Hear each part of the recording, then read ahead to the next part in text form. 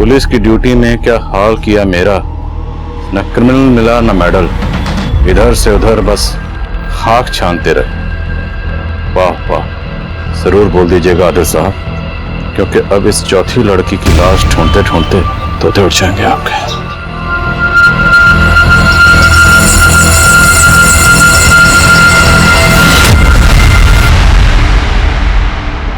नमस्कार, आदाब। मैं आदिल खान क्राइम पेट्रोल दस्तक में आपका इस्तकबाल करता हूं। हम पुलिस वालों का सामना अक्सर खूंखार मुजरिमों से होता रहता है। ऐसे ऐसे खूंखार मुजरिम जिनकी महज दास्तान सुनकर ही आम इंसान की हवाएं उड़ सकती हैं। ऐसा ही एक मुजरिम आम लोगों के बीच नहीं बल्कि मेरे घर की दहलीज तक आ पहुंचा था। आखिर किसी मुजरिम ने मेरे घर पर वो कटी हुई उंगलियां क्यों भेजी थी? उसके पीछे की दास्तान हैरत से भरी थी। एक आम इंसान से लेकर एक खूंखार मुजरिम बनने तक की दास्तान, जिसमें इंसानी जिंदगी का हर जज्बात था। लेकिन उन जज्बातों ने कब, क्यों और किन हालातों में उन गुनाहों को जन्म दिया, ये जानकर आप दंग रह जाएंगे। अरे अच्छे से पकड़ो।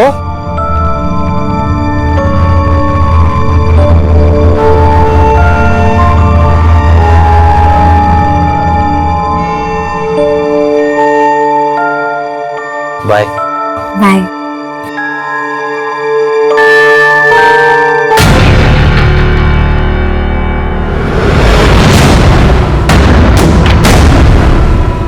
पापा, शक्ल देखिए कभी अपनी है? ये चश्मा ना शक्ल ना सूरत। अरे बहन सी लगती है तू। और वो लड़का जो है ना बाइक पे चढ़ने आया था तने, वो 21 है तारे से। पक्का उसकी नियत में खोट है ना, जो तारे को भाव दे रहा है वो। अरे दूर रहना उस बंदूक से, बोल रहा हूँ तुझे मैं। दूर रहना उससे। कौन दे रुपया? वही वो चिकना बाहर इसे छोड़ने आया था अभी बाइक पे। देख इसको घास दे रहा है, इसको जिसको शादी के लिए 12 लड़के ना बोल चुके हैं। इंसान की खूबसूरती सूरत से नहीं, सीरत में होती है। ऐसा मुझे जुगल ने कहा है। और आप लोग ये लोग ना समझने वाले, ये लोग चाहते ही नहीं कि तुम्हारी शादी हो, क्योंकि अगर तुम ससुराल चली गई तो इन लोग को कमा के कौन देगा? बाणी बाणी, अपनी आकाशवाणी बंद कर, बोल रहा हूं तने मैं। चुप। पापा, आपको समझने के लिए मुझे बानी के मशवरे की जरूरत ना है। मैं अच्छे से जानती हूँ कि आप लोग क्या चाहते हो, लेकिन अब मैं शादी करूंगी तो सिर्फ जुगल के साथ, और अब आप भी ना रोक पाओगे मुझे। मेरी बात सुन। और चढ़ा लो सर पे से।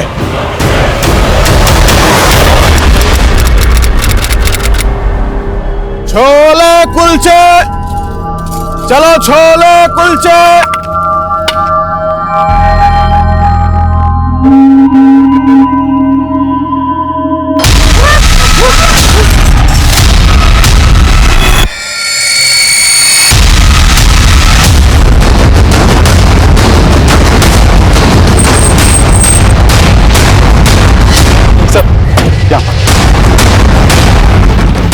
सर, यहाँ कचरे की थैली में ही उंगलियां कटी हुई मिली हैं। इन उंगलियों के अलावा कुछ और मिला? अभी तक तो नहीं सर, हालांकि हमारी टीम यहाँ आसपास सर्च कर रही है। इन उंगलियों को फोरेंसिक के लिए भेजो। अगर इसका आधार आईडी होगा तो फिंगरप्रिंट स्कैन करके इसकी आईडी पता चल सकती है।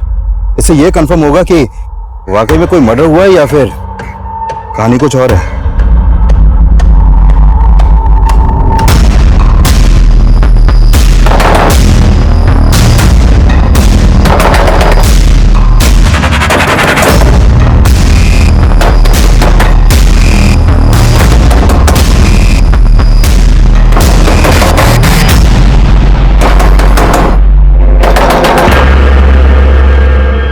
सर, उन कटी हुई उंगलियों से ये मंजू सिंह का आधार आईडी सामने आया। हमें लग रहा है इसका मर्डर हुआ।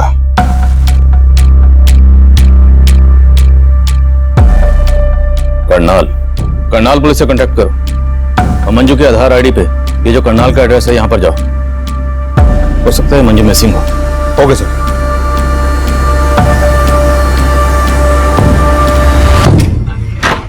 आप हैं अंकल जी? अरे भूसने के हमारे से रिश्ता जोड़ने की कोशिश मत कर। रिंकी का है? तुम्हारा नहीं पता जी? हमारे माथे पर सी लिखा है क्या? पीछे हट जा। रिंकी! अंकल जी बात तो रिंकी! रिंकी ना आया। रिंकी! अरे अंकल जी रिंकी नहीं आया। रिंकी! अरे अंकल जी, अरे यार अंकल जी रिंकी नहीं आया। रिंकी! रिंकी नहीं आया अंकल जी। सर समालका के एक डंपिंग ग्राउंड में एक औरत की लाश के टुकड़े मिले हैं। बड़ी मंजू की? जी sir. Sir photo Manju Singh के लाश से मैच करता है।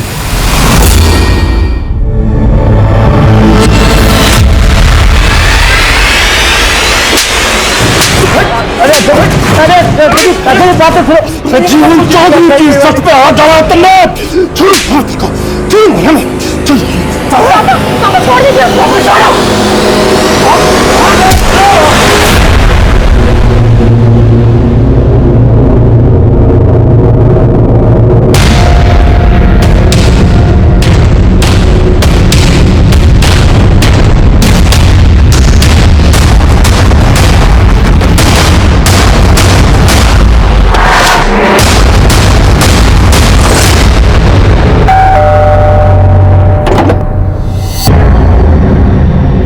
मंजू सिंह के बारे में आपसे कुछ बात करनी है।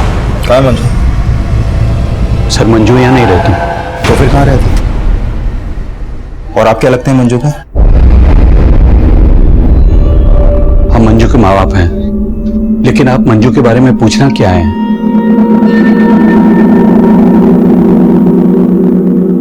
मंजू की आधार आईडी पर यहाँ का एड्रेस है। अगर वो यहाँ नहीं रहती तो फिर कहाँ रहती है? हमें नहीं मालूम। मंजू की कटी हुई उंगलियां मिली हमें, तो पॉसिबल है उसका मर्डर भी हो गया होगा। अब यहीं पर बताएंगे या फिर थाने ले जाकर बात करें आपसे?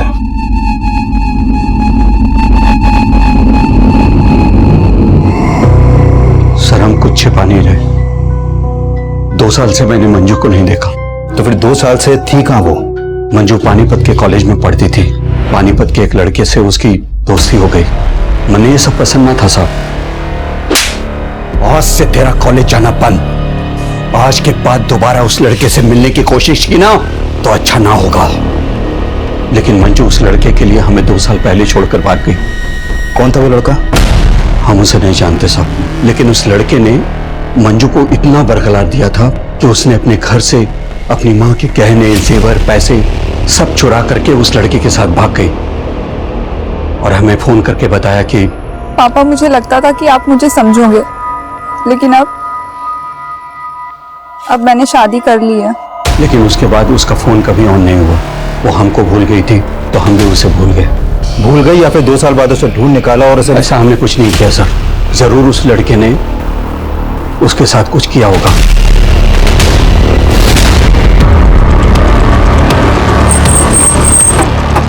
मंजू के माँ बाप का बयान क्रॉस वेरीफाई करो।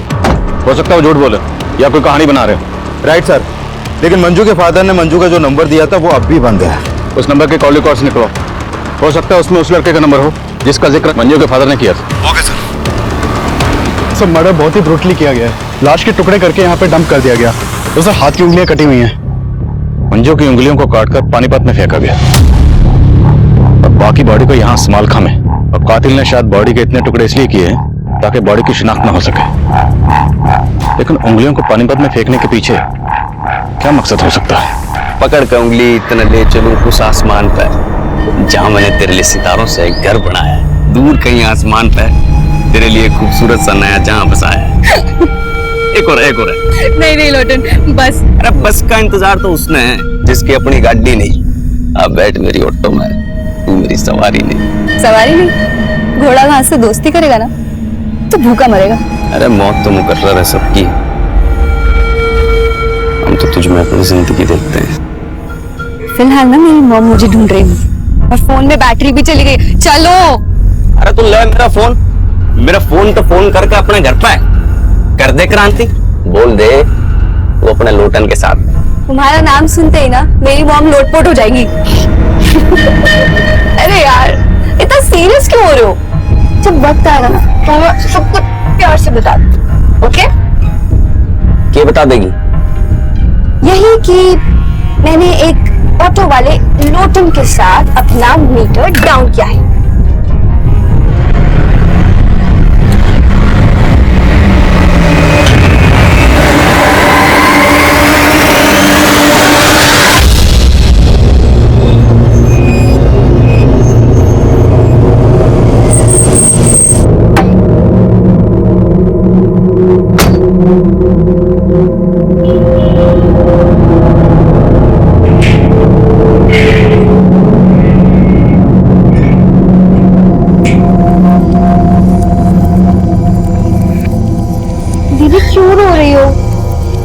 तुम्हारे साथ, सब ठीक हो जाएगा। ज्यादा अक्षर बनने की कोशिश ना कर, और तू ये रोना धोना बंद कर ले।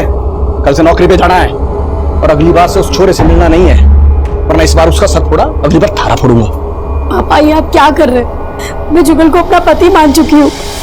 अरे बावड़ी पूछ, थारे को पेट से कर देगा वो और छोड़ देगा। अरे ऐसे छोड़ूंगा, ईमान ना होता है कोई।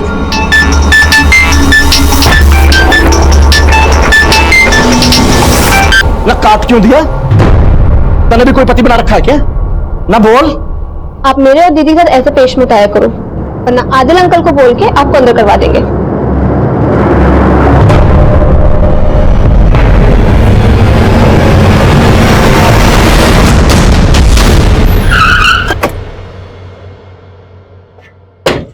जैन सर। जय। सर, मंजू के फादर ने मंजू का जो मोबाइल नंबर दिया था वो 2 साल से बंद है, और मैंने चेक किया कि मंजू 2 साल से अपने फादर के यहाँ करनाल में भी नहीं देखी गई है। 2 साल से मंजू कहाँ थी? सर, मैंने मंजू के 2 साल पुराने कॉल रिकॉर्ड चेक किए। 2 साल पहले तक मंजू एक राजवीर सोलंकी नाम के लड़के को काफी कॉल करती थी। ये राजवीर पानीपत में मंजू के साथ उसी के कॉलेज में पढ़ता था। कॉलेज का कुश्ती पहलवान था सर वो। 121, 122, दबा के कर बेटा, दबा के पेल। 123, 124। बस बापू, तेल निकल गया।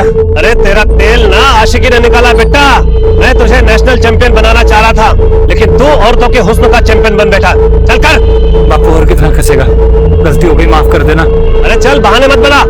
127, 128। सुनिए जी, वो पुलिस आई है। क्या? राजवीर के लिए पूछ रहे हैं।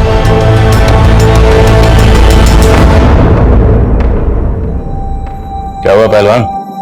मुंह में दही क्यों जम गई? मंजू का नाम सुनते चुप क्यों हो गए? मैं किसी मंजू को नहीं जानता जी। अच्छा, ये है मंजू जो तुम्हारे साथ कॉलेज में पढ़ती थी। अब याद आया? यो मंजू जी? हाँ जी, याद आ गया। ये जी मेरे साथ कॉलेज में पढ़ा करे थी, मेरी दोस्त थी। जनाब, बात क्या हुई? हमें मंजू की लाश मिली। अब नाटक बंद कर, ये बोल के मंजू के साथ तुम्हारा क्या रिश्ता था? जनाब, मेरी दोस्त थी, 2 साल से तो देखा भी नहीं मैंने जी उसे। मंजू के फादर का कहना है कि 2 साल पहले उसने किसी लड़के के साथ भागकर शादी की थी, और तेरे कॉलेज के दोस्तों का कहना है कि तेरे से अच्छा मंजू का और कोई दोस्त नहीं था, है ना? साहब, आप कहना क्या चाहते हो? साफ साफ बोल दो ना। सोलंकी जी, साफ साफ ही बोल रहा हूँ। हमें शक है कि आपके लड़के ने 2 साल पहले मंजू नाम की लड़की से भागकर शादी की थी। लगता है किसी ने आपके कान भरे। साहब, हमारा बेटा कुंवारा है। तो ये आपके बेटे से पूछ लेते। तो मंजू के सबसे अच्छे दोस्त, तो तुम्हें तो पता ही होगा कि 2 साल पहले मंजू ने किस लड़के के साथ भागकर शादी की थी। जनाब, मालूम नहीं, मैं तो बोल रहा हूँ ना जी, मैंने 2 साल से मंजू को देखा भी नहीं है। सब पक्का ये बाप बेटे हमसे कुछ छिपा रहे हैं। मंजू की तस्वीर पड़ोसियों को दिखाओ, पता करो कि पिछले 2 साल में किसने मंजू को यहाँ पर देखा था, और ये भी पता करो कि मंजू की जिंदगी में राजवीर के अलावा कोई और भी था। Okay sir.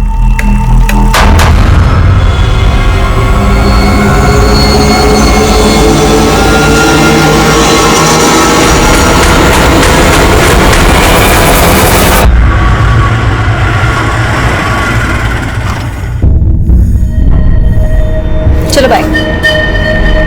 बाहर से भगाएगी, अंदर नहीं लेके चलेगी अपनी मम्मी से मिलवाने। सुपर में खोल होटल, ऊपर का फल मीठा होता है ना? तो घनी नमकीन है, नमकीन और मिठा एक साथ, कहीं बदहजमी ना हो जाए। बाय।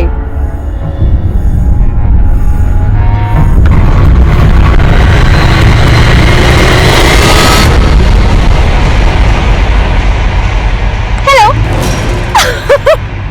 ये क्या हुआ है? क्वेश्चन लग रही, सब तेरी वजह से हुआ है। मुझे नहीं खेलना तेरा शतरंज का खेल। प्यार करूं तुझसे और इश्क लड़ाऊं तेरी बहन से। बंद करियो नाटक। खत्म ही करना था तो क्यों सोया मेरी बहन के साथ? तेरी बहन बैग गई थी, और इससे पहले मैं बैग जाता ना, तेरे पापा आ गए थे, और अपनी फैमिली को तू जेलस करने के लिए ना अपनी बहन की भावनाओं से खेल रही है। प्यार करने लगे सच में मुझसे वो। अरे तो तू भी करना, क्या प्रॉब्लम है? वैसे भी रिंकी दीदी तुझे बहुत खुश रखेगी। मैं तुझसे प्यार करता हूँ। किसका फोन है? छोड़ तू। मुझे तेरे इरादे ठीक नहीं लग रहे। ये खिचड़ी पकड़ी? खिचड़ी ना टंगी कवा, तू टेंशन ना ले, तेरे जायके का पूरा ख्याल रखूंगी मैं, ठीक है?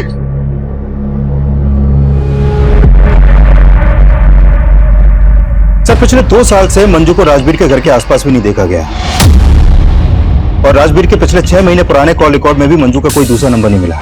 तो मंजू के माँ बाप झूठ तो नहीं बोल रहे कि 2 साल पहले मंजू किसी लड़के के साथ भाग गई थी? लेकिन सर मंजू की लाइफ में कोई ना कोई लड़का जरूर था, क्योंकि उसकी पोस्टमार्टम रिपोर्ट में यह भी सामने आया है कि मंजू 3 मंथ्स प्रेग्नेंट थी। प्रेग्नेंट? मौत की वजह? Excessive bleeding. मंजू के दोनों हाथों की उंगलियां काटी गई, जिससे ज्यादा खून बहने की वजह से उसकी मौत हो गई और मौत के बाद उसकी बॉडी के टुकड़े किए गए। और हाँ सर, मंजू के सर पर एक चोट का निशान भी है और उसकी मौत 16 अप्रैल की रात को हुई थी। हमें मंजू की लाश 17 अप्रैल को मिली। प्रेग्नेंट। पति कौन है उसका? सर फिलहाल मुझे राजवीर के अलावा कोई नहीं दिख रहा। एक काम करें सर, उसका डीएनए मंजू के बच्चे के डीएनए से मैच करवा के देखें। चौधरी, डीएनए रिपोर्ट आने में बहुत वक्त लग जाएगा और हमारे पास वक्त है नहीं। मंजू के पेरेंट्स का कहना है कि 2 साल पहले मंजू घर छोड़कर भाग गई थी, तो हमें पता करना है कि 2 साल तक मंजू कहां थी और किसके साथ थी। एक काम करो, पानीपत में जितने मैटरनिटी हॉस्पिटल हैं सब जगह जाओ। मंजू प्रेग्नेंट थी तो किसी न किसी हॉस्पिटल में जरूर जाती होगी, हो सकता है वहां से हमें उसकी पति की कोई लीड मिले। Okay sir.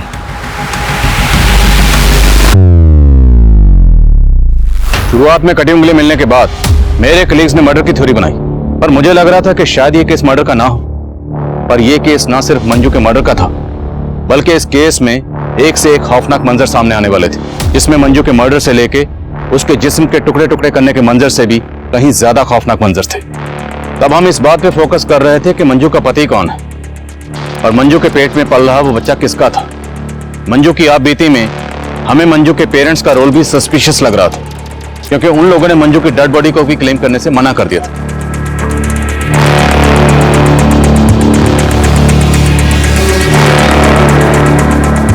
मंजू का मर्डर इतना ब्रूटल था कि मीडिया ने शुरुआत से ही हम पर प्रेशर सिचुएशन क्रिएट कर दी। उस वक्त हमारे पास मीडिया के सवालों के कोई जवाब नहीं था और ये सब बातें उस मुजरिम के हौसले बुलंद कर रही थी।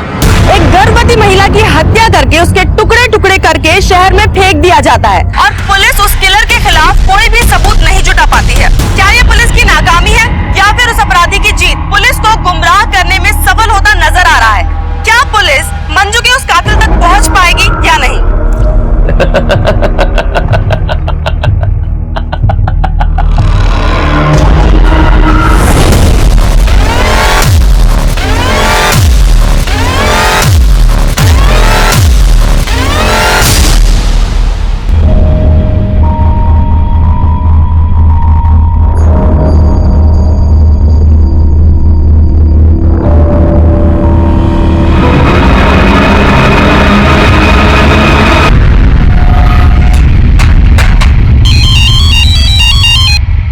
हाँ चौधरी। सर उस मैटरनिटी हॉस्पिटल का पता चल गया जहां पर मंजू अपना इलाज करवा रही थी। वहां से मंजू के पति के बारे में कुछ पता चला? सर मंजू के डॉक्टर ने बताया कि मंजू शादीशुदा थी। उस नंबर के कॉल रिकॉर्ड्स निकलो और उठाओ इस राजवीर को। Okay sir.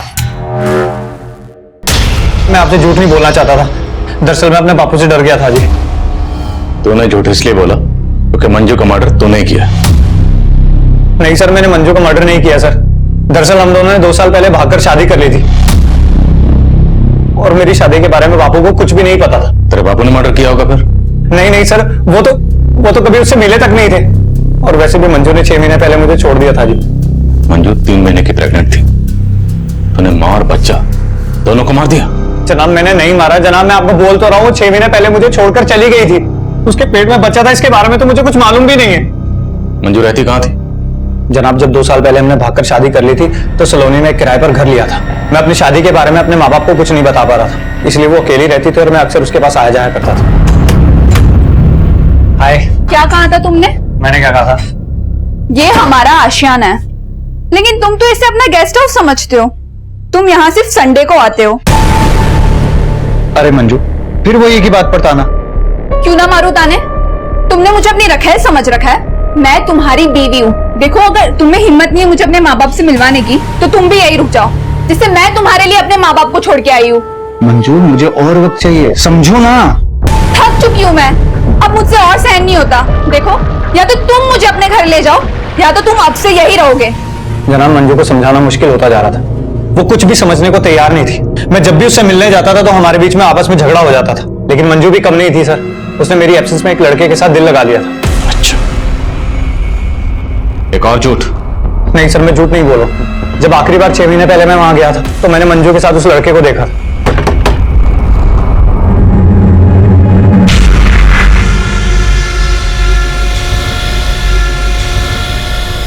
मंजू, कौन था ये लड़का? यहाँ क्या कर रहा था? दरवाजा खोलने में इतना टाइम क्यों लगाया? ये बोल के तुम कहना क्या चाहते हो? जनाब, उस दिन बात इतनी बिगड़ गई थी कि हमने आपस में बात करनी बंद कर दी थी और उसके बाद मैंने आना जाना भी वहां बंद कर दिया था। लेकिन हो ना हो सर, उस लड़के के साथ उसका कोई ना कोई तो चक्कर था ही, और वो बच्चा पक्का उसी का ही है। मेरा बच्चा नहीं है सर वो। कौन था वो लड़का? सर, उस लड़के को मैं जानता नहीं। उसे पहली और आखिरी बार मैंने वहीं पर देखा था, लेकिन सर वो बच्चा मेरा नहीं था सर। तो बच्चा तेरा है या नहीं, ये मंजू की डीएनए रिपोर्ट से पता चल जाएगा। मंजू और राजवीर सलोनी में जिस घर में रहते थे उस घर पर जाओ। हो सकता है मंजू का मर्डर वहीं हुआ और बाद में बॉडी को डंप किया गया। Okay sir. सर, पानीपत कनाल के बीच एक औरत की लाश मिली है, उसकी उंगलियां भी कटी हुई हैं।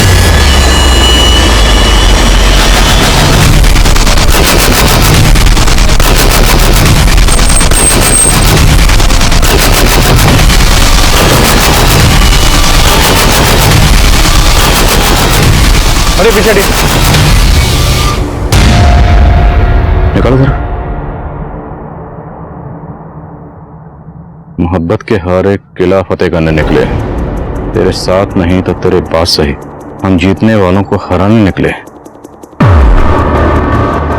आखिर ये शायरो शायरी करके तो उंगलियां काट के कातिल साबित क्या करना चाहता है? सर, मंजू की लाश को टुकड़े टुकड़े करके डंप किया गया और इसकी सिर्फ उंगलियां काटी गई हैं।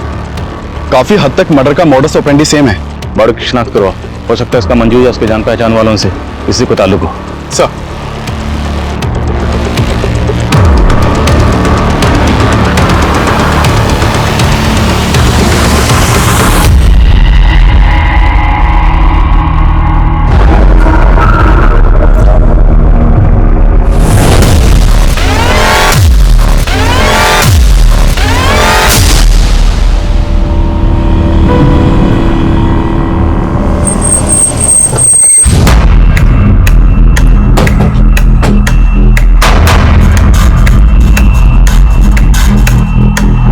थोड़ा सा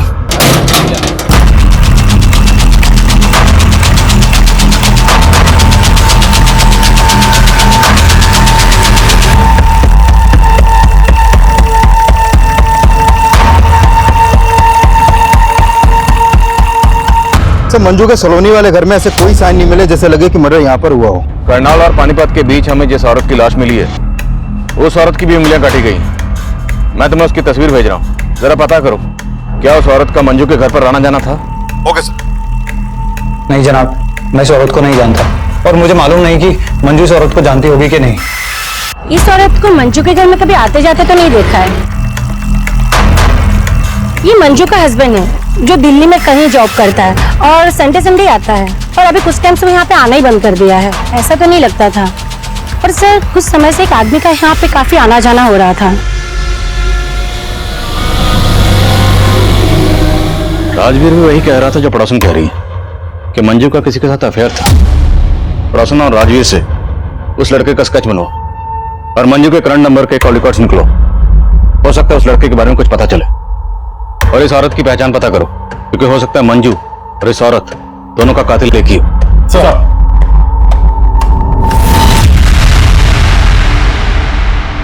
अरे भाई, ये ऑटो गाड़ी पार्क कर देना और एक भी स्क्रैच नहीं आना चाहिए। ए भाई, यहाँ मैं कार पार्किंग में खड़ा हूँ, तुम्हारी उड़न खटोला के लिए नहीं। ओ भैंस की पूछ, रोमांस के मूड में उसलिए प्यार से सुन, मैं तेरा कस्टमर हूँ और तू दरबान। बैगर्स कांट बी चूजर्स, समझा? नहीं समझा? अच्छे से गाड़ी पार्क करियो, एक भी स्क्रैच आ गया ना तो तेरी खाट खड़ी कर दूंगा।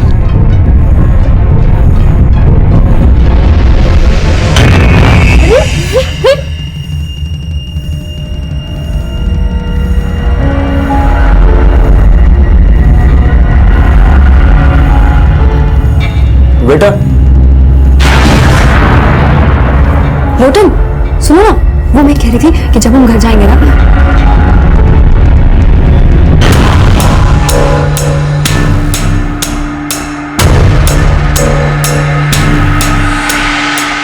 excuse me ma'am, what can I bring for you? 1 paneer chili and guava meri. And for you sir? I mean, आप क्या लेंगे? I would like to have a crisp thin roll stuffed with mashed potatoes and peas with a pinch of salt and turmeric, and yeah, garnish with curry leaves and serve it with a red lentil soup and a white sauce made of coconut. Please make it fast. Excuse me, sir. क्या है ये? Red dosa ले आ। Okay.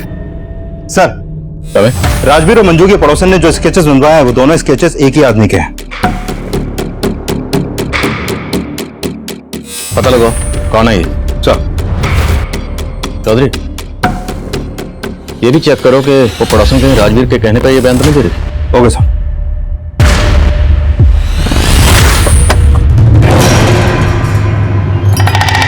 Bye.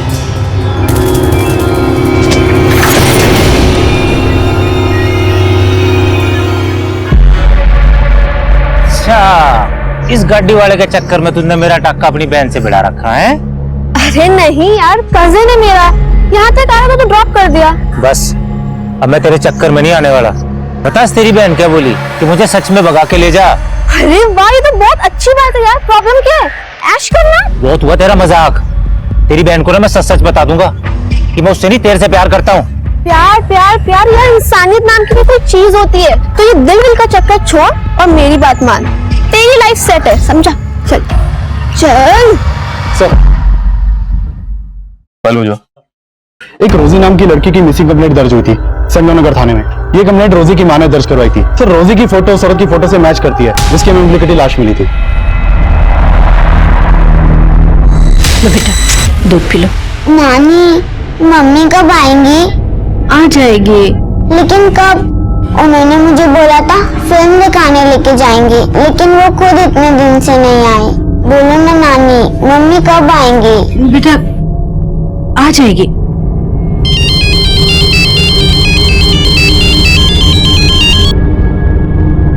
Hello,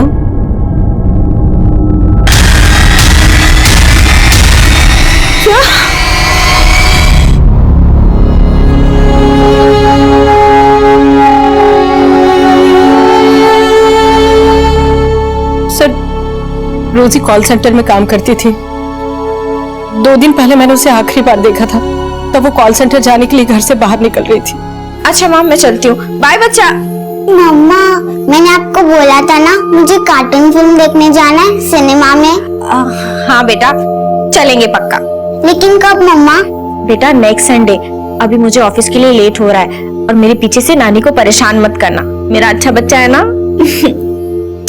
bye bye माँ। Sir, उसके बाद रोजी का कुछ पता नहीं चला। अगली सुबह वो कॉल सेंटर से वापस ही नहीं आई, ना ही उसका फोन लग रहा था। लेकिन आपने संतनगर पुलिस स्टेशन को ये नहीं बताया कि रोजी कौन से कॉल सेंटर में काम करती थी। रोजी कहाँ काम करती थी उसने मुझे कभी नहीं बताया। आपकी बेटी कहाँ काम करती थी आपको नहीं पता, और आपने कभी पूछा भी नहीं उससे? सर, मैंने कई दफा उससे कहा था कि अपने कॉल सेंटर का पता घर में छोड़ दे। आपने बताया कि रोजी की बेटी है, उसका पति कहाँ? रोजी की अपने पति से नहीं बनती थी, इसलिए 3 साल पहले वो अपने पति से अलग हो गई थी। कहाँ रहता है? वो जींद रोड पे रहता था और रोजी से अलग होने के बाद वो कहीं शिफ्ट हो गया था। कहाँ शिफ्ट हो गए? सर, वो मुझे नहीं पता। मैडम, आपको आपके दामाद का नाम तो पता होगा। उसका सुनील नाम है। किसी पे शक आपको? कौन आपकी बेटी के साथ ऐसा कर सकता है?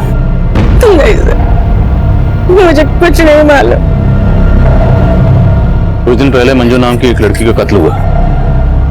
यह है मंजू, इसकी भी ठीक वैसी उंगलियां काटी गई जैसे आपकी बेटी रोजी की काटी गई। क्या आप इसे जानती हैं? हो सकता है आपकी बेटी रोजी को जानती हो, कभी आपके घर आई हो। नहीं सर, मुझे कुछ नहीं मालूम इसके बारे में। कुमार, पता लगाओ रोजी कौन से कॉल सेंटर में काम करती थी, और उसके पति सुनील का भी पता लगाओ। सर,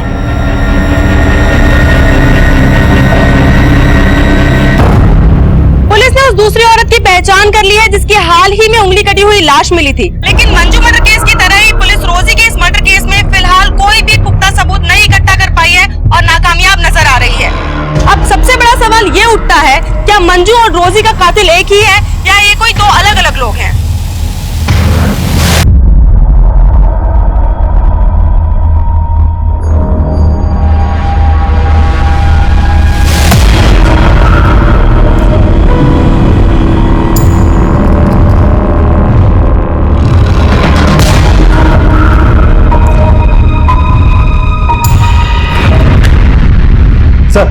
मंजू के नए नंबर के कॉल रिकॉर्ड में एक नंबर मिला है जिसका फोटो उन स्केचेस से मैच करता है जो राजवीर और मंजू के पड़ोसन ने बनवाए थे। इसका नाम महेश सिंह है सर। इसका मोबाइल नंबर करनाल के एड्रेस पर रजिस्टर्ड है। करनाल? मंजू भी करनाल की रहने वाली थी। हाँ सर, और यह भी पता चला है कि यह महेश मंजू का कजन है। यह मंजू के कोई दूर के ताऊ का बेटा है।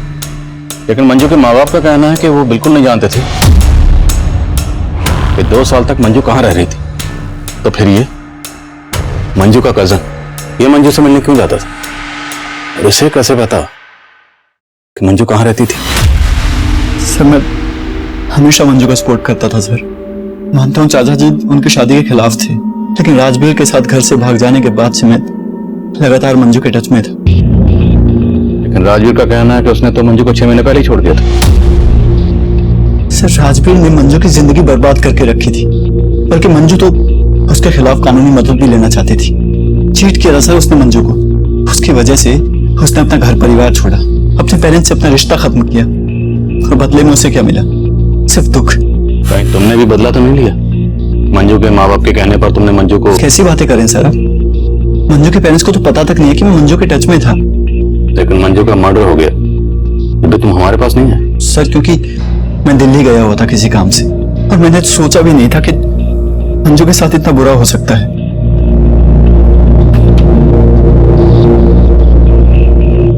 उसे जानते हो? नहीं सर, और वैसे भी मैं पानीपत में कम ही आता था। मंजू ने कभी तुम्हें कुछ ऐसा बताया कि तुम्हें अजीब लगा? सर मंजू ने राजवीर के अलावा कभी किसी की बुराई नहीं की। मुझे लग रहा है शायद राजवीर ने ये कांड किया है, क्योंकि मेरी नजर में वही एक ऐसा लड़का है जो किसी भी हद तक जा सकता है।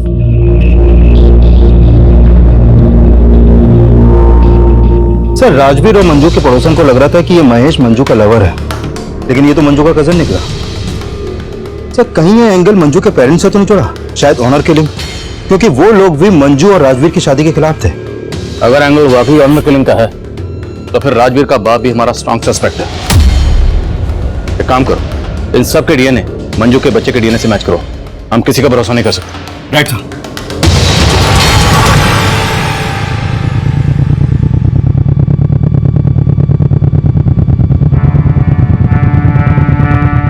मंजू पापी नहीं थी।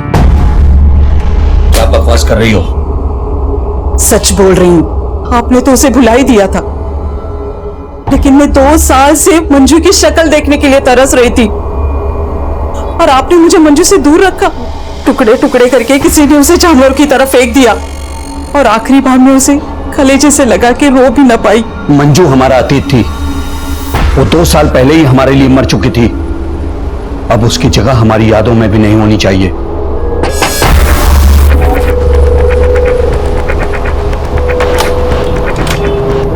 सिंह साहब आपको हमारे साथ चलना है।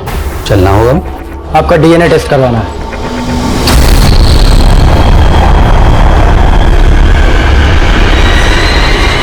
राजवीर, तेरी वजह से पूरी जात बिरादरी में कहीं मुंह दिखाने लायक नहीं छोड़ा तूने। वो पुलिस वाले सोच रहे तेरी लुगाई मंजू के पेट में मेरा बच्चा है। मेरा डीएनए करवा रहे हैं वो लोग, सब तेरी वजह से। मेरे को भी बहुत धोया बापू उन्होंने, और तू तो मुझसे बड़ा पहलवान है ना, उनके डंडों से तेरा तेल ना निकलने वाला। क्यों डर रहा है तू?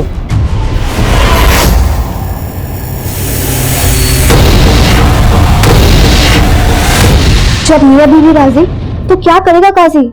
दीदी मैं बोल रही हूँ, मान लो मेरी बात। भूल जाओ मम्मी पापा क्या कहेंगे और भाग जाओ जुगल जीजा जी के साथ। बाकी की सारी सेटिंग मैं कर दूंगी पक्का, ठीक है? एक छोरी क्या सिखा रही है अपनी बहन को? अजी सुनते हो? जल्दी आओ। क्या सिखा रही है? हाँ बोल, क्या सिखा रही है? देखो क्या क्यों चिल्ला रही हो? ये दोनों बहनें मिलकर क्या प्लान बना रही है? ये उस लड़के को जीजा जी बोल रही है और इसे बोल रही है उसके साथ भाग जा। मैं ऐसे कैसे भाग जाएगी? मैं क्या बावली पूंछूं?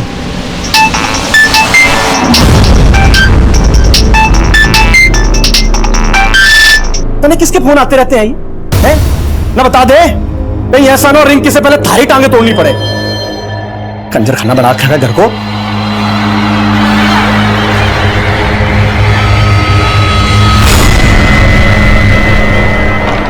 सर सर रोजी के कॉल रिकॉर्ड में मंजू या मंजू से जुड़े किसी भी इंसान का नंबर नहीं मिला। रोजी के बैकग्राउंड में कोई लवर? फिलहाल तो सब सामने नहीं आया। सर रोजी की कॉल रिकॉर्ड में किसी कॉल सेंटर का नंबर भी नहीं मिला। पर रोजी की माँ का कहना है कि रोजी कॉल सेंटर में काम करती थी। सर मैंने रोजी की कॉल रिकॉर्ड अच्छे से स्टडी की है। अक्सर रात के वक्त रोजी का फोन रेड लाइट एरिया में एक्टिव रहता था। Red light area? तो मतलब रोजी एक काम कर, जिन जिन रेड लाइट एरिया में रोजी का नंबर एक्टिव रहता था वहां पूछताछ कर। सर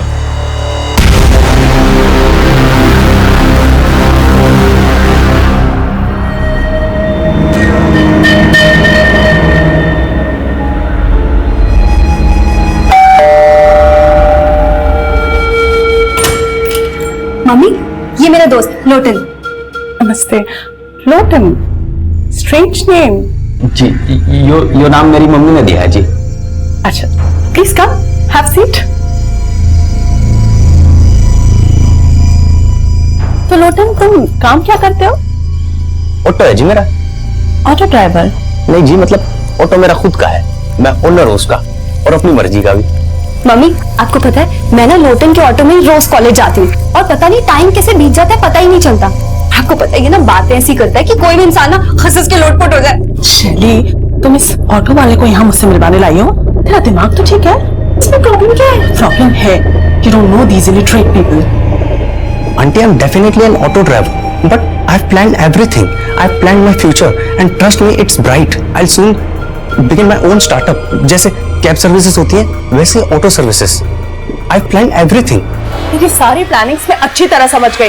अभी गए यहाँ से और दोबारा मेरी बेटी से मिलने की कोशिश की ना तो अच्छा नहीं होगा। फ्रॉड। बेबी बेबी लोटन, एक सेकंड बात सुनो, हम बैठ के। कूल बेब्स, कोई बात नहीं, तेरी मम्मी को मैं पसंद नहीं आया। मैं चाहता हूं तेरी गली से तेरा नाम लेकर, और ये मोहब्बत है जो ना कभी मिटी थी और ना मिटेगी। शैली, तुझे इस ऑटो ड्राइवर के अलावा कोई लड़का पसंद नहीं आया? मॉम, मैं लोटन से प्यार करती हूँ। सर, ये कुलचे वाला है, ये बोल रहा है रोजी को जानते हैं। क्या जानते हो तुम रोजी के बारे में? साहब वो रोजी धंधा करती थी साहब, और वो और एक लड़का अक्सर मेरे यहाँ से छोले कुलचे खाते थे। कौन लड़का? और ये रोजी का क्या लगता है? तल्ला था साहब उसका, वो सोनू नाम था उसका। सोनू? कहाँ मिलेगा सोनू? ये जो रोजी का मर्डर हुआ है ना जब से साहब, वो यहाँ दिखाई नहीं, फिर कहाँ रहता है वो मुझे नहीं मालूम है। ये मेरे मोबाइल में साहब उसकी एक फोटो थी, ये है साहब।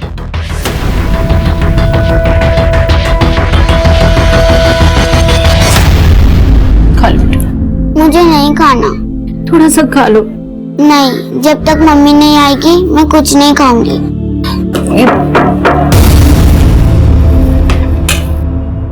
ये क्या बोल रहे हैं आप साहब? रोजी ऐसी लड़की नहीं थी। जरूर आपको कोई गलतफहमी हुई है। हमें कोई गलतफहमी नहीं हुई है। आपकी बेटी रोजी किसी कॉल सेंटर में काम नहीं करती थी, बल्कि वो एक प्रोस्टिट्यूट थी। और ये सोनू, ये उसके लिए ग्राहक लाता था। सर, ये तो सुनील है, रोजी का पति। सुनील? जी। रोजी का पति? जी, यही सब गलत काम करता था सर, इसलिए रोजी ने इसे छोड़ रखा था। जरूर इसी ने मजबूर किया होगा मेरी बेटी को। रोजी ऐसी नहीं थी सर। अच्छा, ये सुनील उर्फ सोनू आजकल है कहाँ? कुछ तो आइडिया होगा आपको? सर मुझे नहीं मालूम।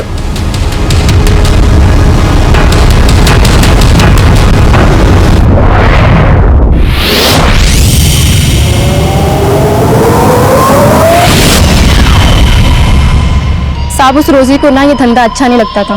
तो क्या सोनू उससे जबरदस्ती काम करवा रहा था? वो तो अपनी बेटी को बढ़ाने के लिए, उसको पालने के लिए सब करती थी। सब वो हमारे साथ ना बहुत टाइम से धंधे पे थी। सब वो तो उसके लिए और हमारे लिए ग्राहक लेके आता था।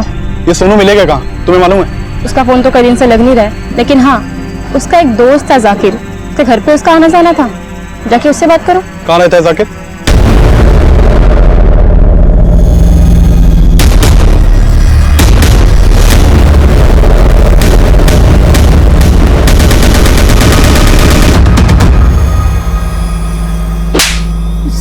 सर मैंने रोजी के साथ कुछ नहीं किया सर। तो फिर हमारी टीम को देखकर भाग क्यों रहा था? तो साहब मैं डर गया था, लेकिन फिर मेरे को रोजी के मर्डर का मालूम चला, तो इसलिए मुझे पता था कि आप लोग मेरे पीछे आएंगे, इसलिए मैंने अपना फोन भी बंद कर दिया सर। लेकिन सर मैंने रोजी के साथ कुछ नहीं किया, मेरा विश्वास। रोजी तेरी बीवी थी और तूने उसे मजबूर किया था इस धंधे में उतरने के लिए, है ना? नहीं साहब, रोजी जब तक मेरे साथ रहती थी तब तक मैंने उसे कोई धंधा वंदा नहीं करवाया था, लेकिन जब रोजी को पता चला कि मैं दल्लागिरी ये सब करता हूं तो मुझे छोड़कर चली गई थी। लेकिन उसको कुछ दिन बाद आटे दाल का भाव पता चल गया था। और सर रोजी ये सब अपनी मर्जी से करती थी, मैंने रोजी के साथ कुछ नहीं किया। हाँ जरूर उसके कस्टमर ने रोजी के साथ कुछ किया होगा।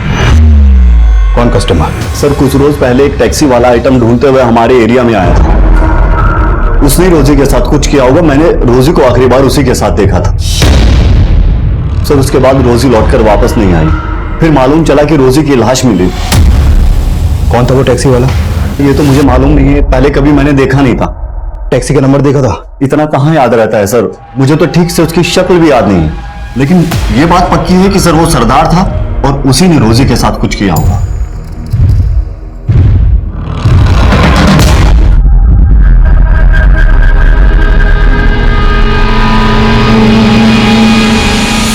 सर सोनू ने जिस एरिया में उस टैक्सी वाले को देखा था वहां पर कोई सीसीटीवी है ही नहीं। नहीं, ऐसा तो नहीं कि सोनू ने खुद ही किसी नफरत की वजह से अपनी बीवी का कत्ल किया, फिर उसके पास वो शायरी छोड़ दी। लेकिन सर मैंने सोनू की हैंडराइटिंग भी शायरी की लिखावट से मैच करके देखी है, मैच ही नहीं हुई है। अगर सोनू सच बोला तो पॉसिबल है कि मंजू ने उसी सरदार की टैक्सी हायर की हो जिसकी रोजी ने की थी, क्योंकि दोनों की मर्डर ऑपरेंडी सेम। सभी टैक्सी स्टैंड पर पता करो, एक सरदार टैक्सी वाले को ढूंढना मुश्किल नहीं होना चाहिए।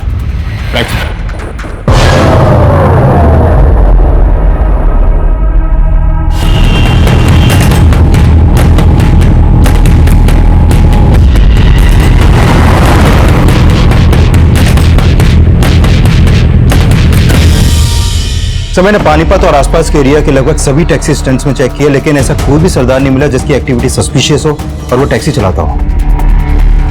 पॉसिबल है कि वो टैक्सी वाला सरदार हो ही नहीं, बल्कि किसी ने सरदार के गेटअप में पहले मंजू का और बाद में रोजी का मर्डर किया। सर हमें कुछ पता चला रिंकी का? नहीं कुछ पता चला, उधर क्या सब जगह। कल 8 बजे। हाँ अरे चौधरी साहब, कुछ परेशान लग रहा? नहीं आदिल साहब कुछ भी नहीं। पक्का ना? हाँ। पहले कुछ बात हो तो बताइएगा।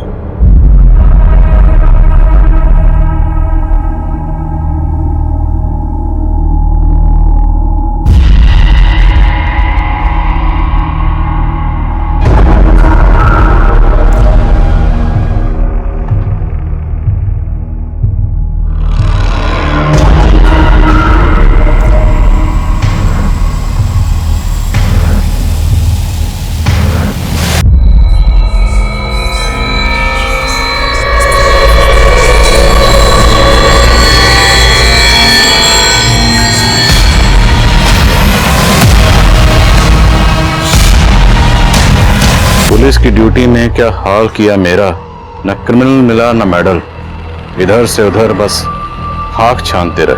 वाह वाह, जरूर बोल दीजिए आदिल साहब, क्योंकि अब इस चौथी लड़की की लाश ढूंढते ढूंढते तोते उठ जाएंगे आपके।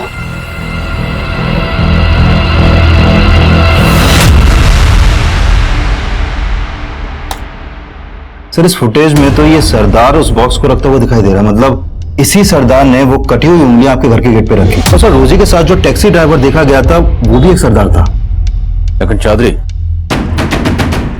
ये बंदा सरदार नहीं, नकली सरदार है। इसने भेष बदला हुआ है और ये जो भी है मुझे चैलेंज कर रहा है। हाँ कुमार। सर आपके नाम पे एक लेटर आया है और उसके ऊपर पोस्टमार्टम रिपोर्ट लिखा हुआ है।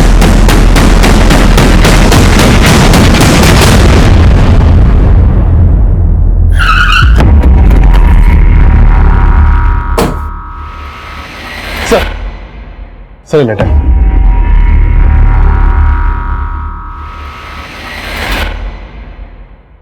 आदिल साहब, ये उस चौथी लड़की की पोस्टमार्टम रिपोर्ट है जिसकी उंगलियां आपको आपके घर पे मिली होंगी। इस लड़की की मौत एक्सेसिव ब्लीडिंग की वजह से हुई। उसके बाद उसकी 10 की 10 उंगलियां काट दी गई। मौत 7 मई की रात को हुई और उसी रात आपके मोहल्ले की एक लड़की गायब हुई।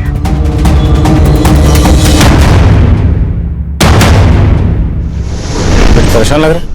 नहीं आदिल साहब, कुछ नहीं। पता करो ये लेटर कहां से पोस्ट किया गया। सर,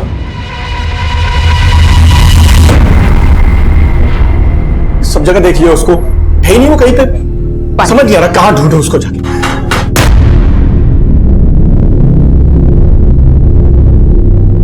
क्या चौधरी साहब, किसे ढूंढने की बात कर रहे हैं? सब ठीक तो?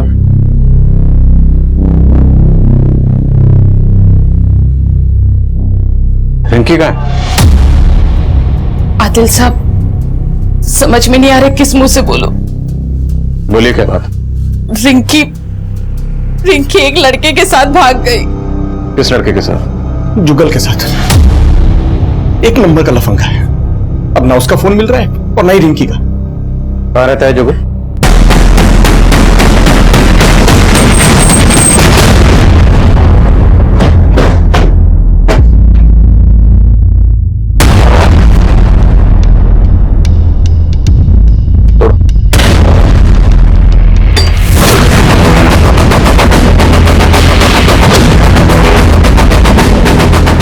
चेक करो सर, देखो।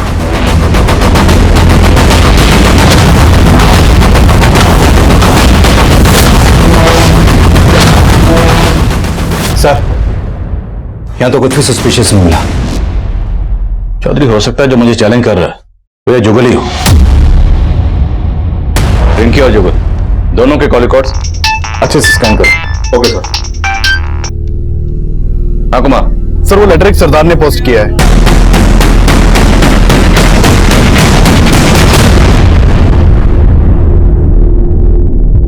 ये जुगल या जुगल से कनेक्टेड कोई हो सकता है कि मेरे पड़ोस में रिंकी के अलावा और कोई मिसिंग नहीं।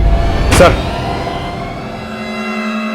रिंकी का फोन पानीपत बस अड्डे के पास बंद हुआ था, लेकिन जुगल का फोन रिंकी का फोन बंद होने के 4 घंटे बाद उसके घर वाले एरिया में ही बंद हुआ था। जुगल के कॉल रिकॉर्ड्स में कुछ सस्पिशियस? सर, जुगल ने लास्ट कॉल एक सुबोध नाम के लड़के को किया था। ये उसका फोटो है सर। सर, मैंने इस सुबोध के भी कॉल रिकॉर्ड चेक किए हैं। सर, ये सुबोध रिंकी की छोटी बहन बानी को भी बहुत कॉल करता था। पूछताछ करो जरा सुबोध से। मैं बानी से मिलता हूँ। सर, जुगल से मेरा कोई लेना देना नहीं है। तो फिर जुगल ने तुझे फोन क्यों किया था? दरअसल सर, बात यह है कि मैं एक बानी नाम की लड़की से बहुत प्यार करता हूँ। सर, काफी टाइम से हमारा अफेयर चल रहा था। सर, जुगल ने एक दिन फोन पे मुझे बोला कि बानी मुझसे चीट कर रही है। तो बानी का जुगल के साथ भी अफेयर चल रहा था। वो क्या है कि जुगल से मन भर गया था उसका, इसलिए अपनी बहन रिंकी से टांका फिट करवा रही थी उसका। ये जुगल कहाँ है अभी? अंकल, वो मैं जुगल को प्यार नहीं करती थी, लेकिन वो लड़का अच्छा था। इसके लिए मैंने सोचा कि दीदी को उसके साथ, लेकिन मैंने जैसा सोचा था ना वैसा कुछ भी नहीं हुआ। मुझे तो सही उम्मीद नहीं थी बानी। जुगल से प्यार करती थी और तूने मुझे धोखा दिया। नहीं दीदी, ऐसा कुछ भी नहीं है जैसा आप सोच रहे हो। आपको जरूर कोई गलतफहमी हुई है। कोई गलत फहमी ना हुई। मैंने रिंकी को सब कुछ सच सच बता दिया है। सुबोध, उसका जुगल से क्या कनेक्शन? जुगल ने सुबोध को भी मेरे खिलाफ बोल दिया था। मेरे घर के बाहर कटी हुई उंगलियां मिली किसी लड़की की, और हमें शक है कि शायद वो उंगलियां रिंकी की हैं। क्या बात कर रहे हैं खान साहब? बानी, बोलो, जुगल कहाँ? अंकल, मैं आपको सच में बोल रही हूँ, मुझे नहीं पता जुगल कहाँ है।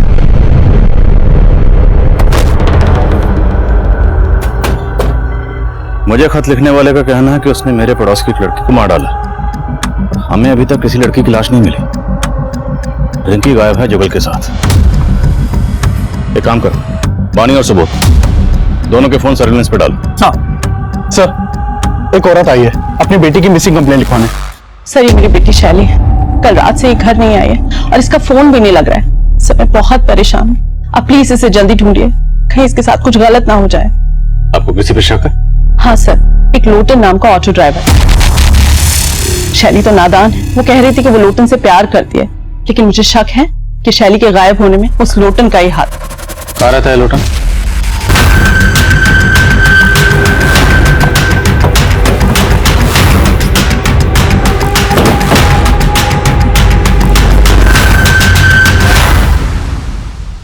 ताला तोड़वाओ।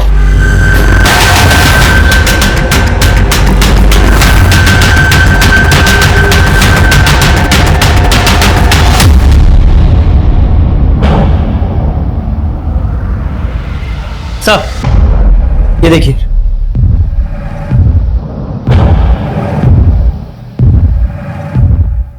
सर ये देखिए, यहां पर भी ब्लड के ट्रेसेस है,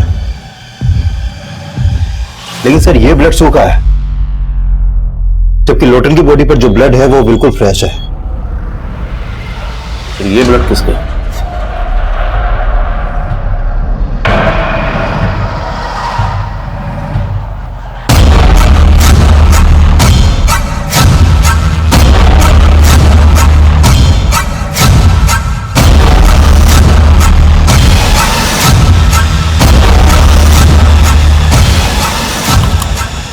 लोटन के प्रोसेस से पता करो इसका किस किस से मिलना जुलना था और कहां कहां आना जाना था। Okay sir. हाँ बोलो कुमार।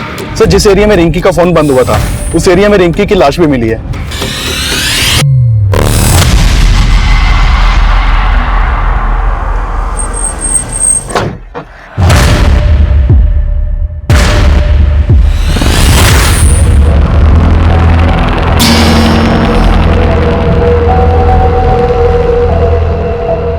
तेरे कूचे में कटी उंगलियां फेंक के हम सीना तान के निकलते हैं। मैं वो हूं जिसका आप तसव्वुर भी नहीं कर पाएंगे। बहुत पापड़ बेलने पड़ेंगे आदिल साहब, मुझे नहीं, मच्छर पकड़ो।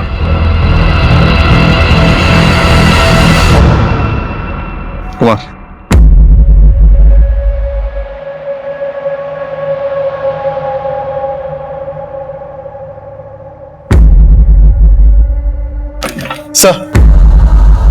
सर हमने जिन जिन सस्पेक्ट्स के डीएनए करवाए थे उनकी रिपोर्ट आ गई है।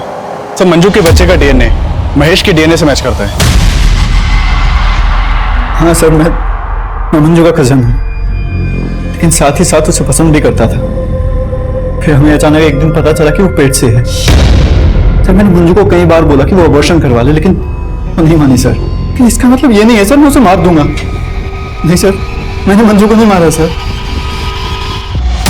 जुगल, सुबोध और महेश ये सभी हमारे स्ट्रॉन्ग सस्पेक्ट्स थे, लेकिन इनमें से किसी का भी इन मर्डर्स में कोई हाथ नहीं था।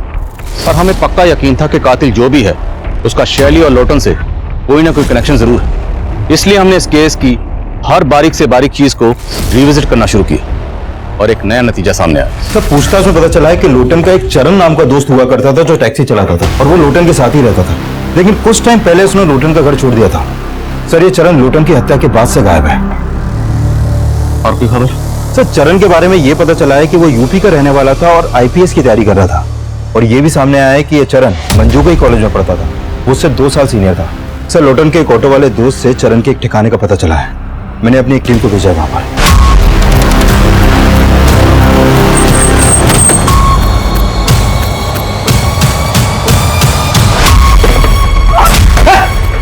पकड़े से पकड़ो, लेके जाओ।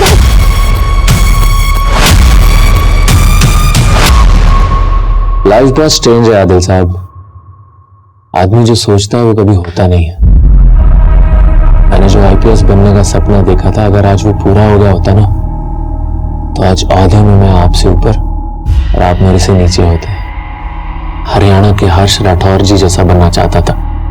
आईपीएस मैंने एग्जाम भी दिए थे, 4 बार फेल हुआ सर। तो 4 बार क्या 6 बार भी अगर फेल हुआ होता, तेरी इस फेलियर का इन मर्डर से क्या ताल्लुक है? मेरे इस फेलियर का उन मर्डर से ताल्लुक है, क्योंकि इसी फेलियर की वजह से ना मैंने बहुत कुछ खोया है। मंजू को भी बहुत प्यार करता था मैं मंजू से, लेकिन मंजू को तो राजवीर पसंद था ना। सब कुछ मिला के मैं आईपीएस की तैयारी में लग गया। मैंने एग्जाम्स भी दिए थे, पता नहीं उन लोगों को क्या हुआ, मुझे फेल कर दिया। इसलिए मजबूरी में मुझे टैक्सी ड्राइवर बनना पड़ा। फिर एक दिन मुझे मंजू मिली। मैं कॉलेज के दिनों से तुमसे बहुत प्यार करता हूँ। अगर तुम हाँ करो तो हम लोग शादी भी कर सकते हैं। नहीं चरण, मैं अपनी जिंदगी किसी और के नाम कर चुकी हूँ। मतलब राजवीर फिर से?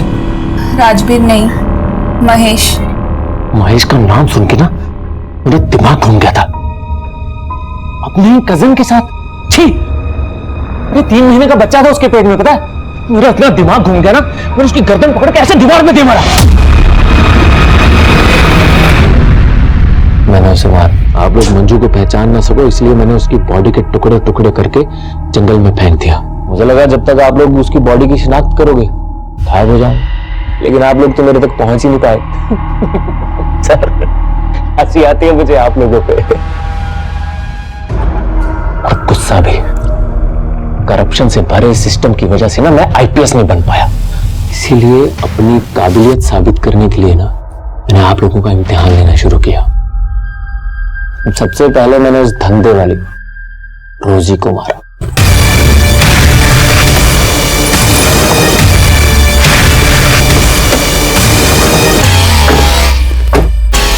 ये कहाँ लाए हो तुम मुझे?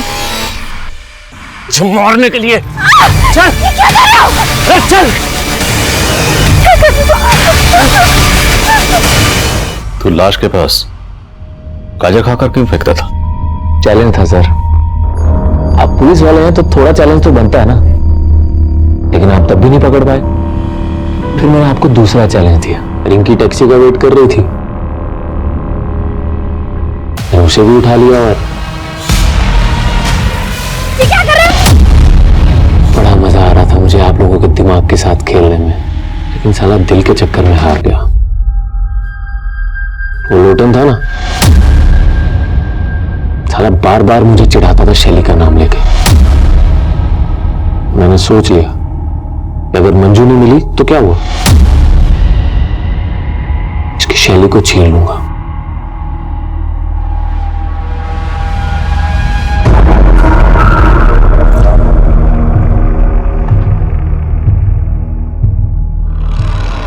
मैंने लोटन को भी मार दी। तेरी तरह नहीं, आईपीएस का झंडा लेकर घूमा जिंदगी भर और कुछ नहीं उगाड़ा। मेरी पढ़ाई और मेरी आईपीएस के बारे में कुछ मत बोलना, समझा? तुम नहीं जानता मैंने कितनी मेहनत की है आईपीएस बनने के लिए। काय की मेहनत? 20-25 हजार की नौकरी कर रहा होता अगर मुझसे थोड़ी बहुत इंग्लिश सीख लेता तो। तो ड्राइवर तेरी, तू मुझे अंग्रेजी सिखा, तू मुझे अंग्रेजी सिखाएगा। लोटन को मारने के बाद मैंने शैली को भी उठा लिया।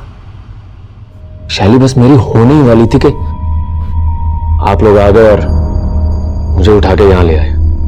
क्या बनना चाहता था? IPS, Indian police service.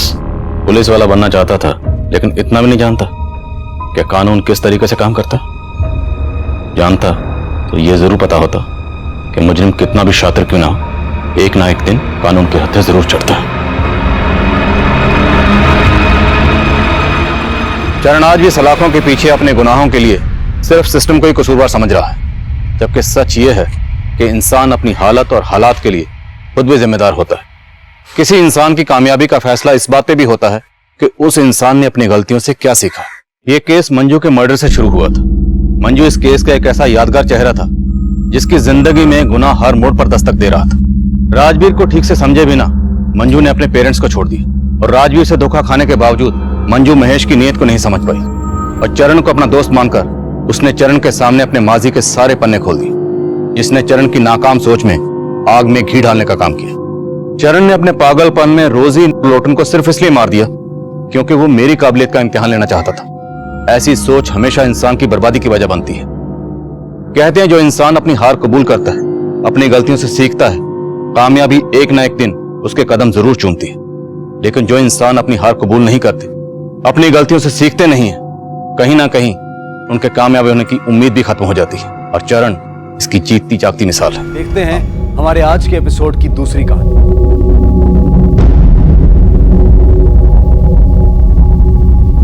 आजादी मुबारक हो। धन्यवाद। एसपी साहब मिलना चाहते हैं, सिर्फ 10 मिनट के लिए। भाई शहर के एसपी साहब मिलना चाहते हैं, जब आप कहेंगे हाजिर हो जाओ। धन्यवाद।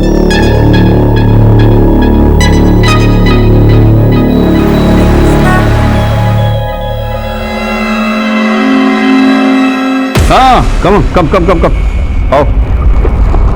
हेलो, कैसे हो भाई? बस दुआ है आपकी। वैसे तो ये मीटिंग एक अनऑफिशियल मीटिंग है, लेकिन अगर तुम चाहो तो इसे हम ऑफिशियल कर सकते। सर ये चूहे बिल्ली का साथ तो होता है, मगर ये हनीमून कपल्स की तरह हाथों में हाथ नहीं अच्छा लगता।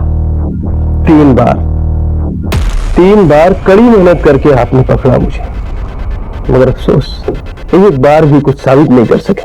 यक्कर, और ये खुशी तुम जो मुझे दिखा रहे हो ना, वो इसलिए क्योंकि तुम्हें लगता है कि पुलिस वालों के हाथ कानून से बंधे हैं, तो तुम तो फ्री हो गैर कानूनी हथकंडे के लिए। तुम जरा सोचो, अगर पुलिस वाले भी तुम्हारी तरह गैर कानूनी हथकंडे करने लगे, तुम बचोगे नहीं। टुकड़े टुकड़े करूंगा कहीं चोट के निकले। जी सर। एसपी साहब को बोलो अपने गुस्से पे काबू रखें। Okay sir.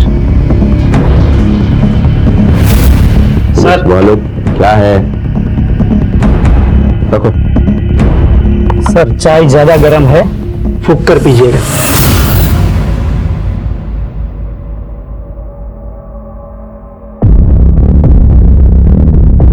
Come on Rakesh, you have to do it. Biscuit चाय में डूबने के बाद कैसे नरम हो जाता है ना। अब तुरंत नहीं खाओगे तो ये फिर ये चाय में फिर से गिर के डूब जाएगा। तुम्हारी हालत अब इस चाय में डूबे हुए बिस्किट की तरह हो गई है। हमारे साथ इतने महीने के बाद तुम्हारे जो अपने लोग हैं ना, वो भी तुम्हें विश्वास नहीं करेंगे। मतलब तुम अब डूबे हुए बिस्किट की तरह करार नहीं। ये तो मैं भी जानता हूँ सर कि वो लोग मुझे विश्वास नहीं करेंगे, लेकिन मैं कोई बिस्किट नहीं एसपी साहब। रेडियम मुंडा हो, रेडियम मुंडा। ना मैं चाय में डूबूंगा और ना ही मुझे खा लिया जाएगा। इस चूहे बिल्ली के खेल में टाइम वेस्ट नहीं करता। एक गोली ये सर पे, ये मोबाइल। मैं तो कहता हूँ कि तुम हमारे साथ मिल जाओ, हम तुम्हारा ख्याल रखेंगे, तुम हमें थोड़ी बहुत इंफॉर्मेशन दे देना। और अगर मैं ना मानूं तो? क्या है कि आजकल तुम्हारे एरिया में सीआरपीएफ बहुत घूम रहे हैं। सोचते नहीं है लोग, सीधे ठोक देते हैं। मुझे थोड़ा सोचने का वक्त दीजिए, मुझे अपने घर वालों से बात करनी पड़ेगी। इंटेलिजेंस रिपोर्ट के मुताबिक एक बहुत बड़ी घटना घटने वाली है, लेकिन क्या ये तो तुम बता सकते हो। अब सर यहाँ इस एसी रूम में आपके साथ बैठकर तो इंफॉर्मेशन निकलेगी नहीं। इसके लिए मुझे भी हो जाना होगा जहाँ की खबर है, अपने गांव। Right? Thank you for coming. Thank you sir, thank you.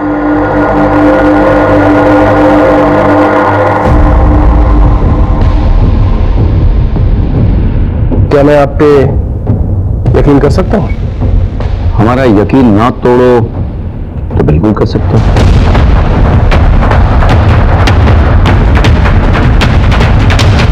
Well done Rakesh. अरे sir, good job. Thank you sir. Sir मुझे लगता है कि इसके पीछे एक आदमी लगाना चाहिए सर। इस पर नजर रखेंगे वो लोग? वो मैं पहले कर चुका हूँ।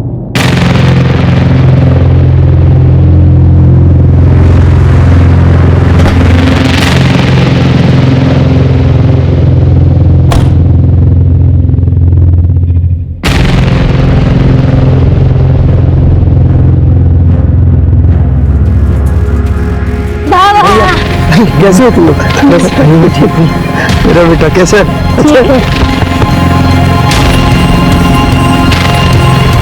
तुम आ गए? चलो जल्दी से हाथ मुंह धो लो। देखो मैंने तुम्हारे लिए क्या बनाया है।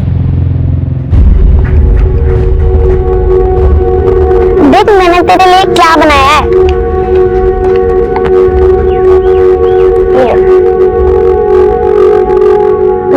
मजा आ गया। मेरी पत्नी तो बहुत अच्छी है। मेरे माँ से कह दिया कि मैं बड़े होकर तुझसे ही शादी करूंगा। चल झूठा? सच्ची मम्मी कसम। आपके साथ ना लॉन्ग ड्राइव पे आने की बड़ी ख्वाहिशें थी मेरी, जो आज पूरी हो गई। डोंट वरी डार्लिंग, आगे भी ना इससे बड़ी बड़ी ख्वाहिशें पूरी होंगी। इंजीनियर साहब, हमारी ख्वाहिशात और आपके काम का कोई तालमेल नहीं है। सॉरी डार्लिंग, अगले मंथ से ना हर वीकेंड पे तुम्हें और चिंटू को हर महीने घुमाने ले जाऊंगा। Promise? I promise.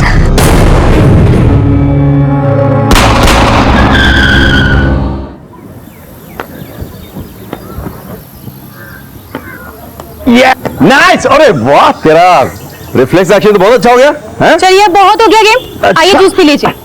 Nice. Collector sir नहीं दिख रहे? मिनिस्टर सर ने बुलाया किसी काम के सिलसिले में। अच्छा, चलो एनर्जी।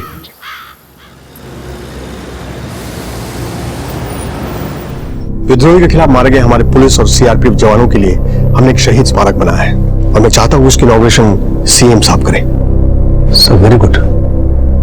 नॉट रियली, आपको तो पता है वो एम्स में एडमिट है, ऑपरेशन होना है उनका, 1 महीने के पहले फ्री नहीं हो पाएंगे। सर आई एम सॉरी, लेकिन हमें डिले नहीं करना चाहिए। लेकिन सीएम साहब के बगैर कैसे होगा? सर आई अंडरस्टैंड, मगर सर विद्रोहियों का हौसला बहुत बढ़ गया है। सर इस इनोवेशन से हम बहुत स्ट्रांग मैसेज दे सकते हैं कि कुछ भी हो जाए हमारे जवानों का हौसला हमेशा बुलंद रहेगा। अदरवाइज सर वही अखबारबाजी शुरू हो जाएगी, सामान पड़े खराब हो रहा है, प्रशासन सरकार सो रही है और विद्रोही ऐश कर रहे हैं। तो ठीक है, एक डेट फाइनल करते हैं। मैं 28 मई को जगदलपुर जाऊंगा। आज 25 है। Manage the media and make it big. I got it sir. अभी निकलोगे? रास्ता खतरनाक है। सर मैं डिस्ट्रिक्ट कलेक्टर हूँ और आपकी दुआ से मेरी सिक्योरिटी में कोई कमी नहीं है। I manage sir, don't worry. I see you on 28 May. Okay, take care.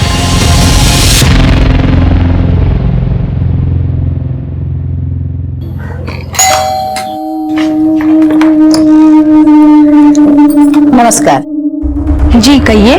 हम जनगणना विभाग से आए हैं। इस घर में कौन कौन रहता है, कौन क्या करता है और इस घर का मुखिया कौन है, ये सब जानने के लिए। आइए ना, आइए। तू अभी तक खेल रही है? चलना बेटा। आ रही हूँ ना। बेटा चलना। घर पे जनगणना वाले आए हैं, आजा। अच्छा, शाम को ऑफिस जल्दी आना, मैं तेरे लिए काला खट्टा आइसक्रीम बनाऊंगी, ठीक है? बाय।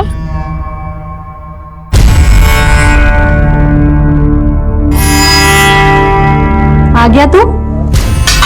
हाँ, वो पिंकी की माँ उसे ले गई। माँ, मेरी पिंकी के साथ अभी शादी करा दे, मुझे उसके साथ रहना है। पर उसके लिए तुम्हें बहुत बड़ा होना होगा ना। बड़ा बनने के लिए क्या करना पड़ेगा? दूध पीना पड़ेगा। मैं सारा दूध पी के जल्दी से बड़ा हो जाऊंगा और पिंकी के साथ शादी करूंगा।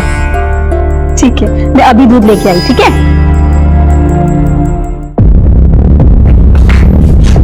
जी, सब लोग आ गए? हाँ जी, सभी लोग आ गए। हाँ तो चलिए शुरू करते हैं। जी, मैं फॉर्म निकालती हूँ।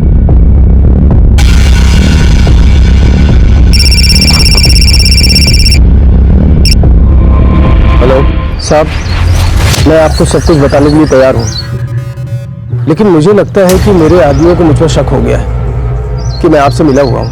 तुम परेशान मत हो रे। देखो, जब सेफ महसूस हो तभी मुझे कांटेक्ट करना, ओके?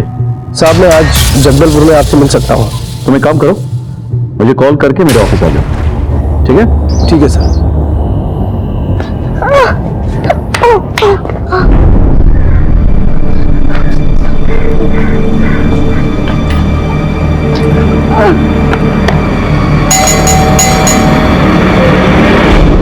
पिंकी, बाहर निकलना। तूने ही तो कहा था शाम को तेरे लिए काला खट्टा आइसक्रीम बनाऊंगी। चलना, खेलते हैं। आना, बाहर आना तू। पिंकी। शाम तक आता हूँ मैं। हाँ, बाय बेटा, बाय।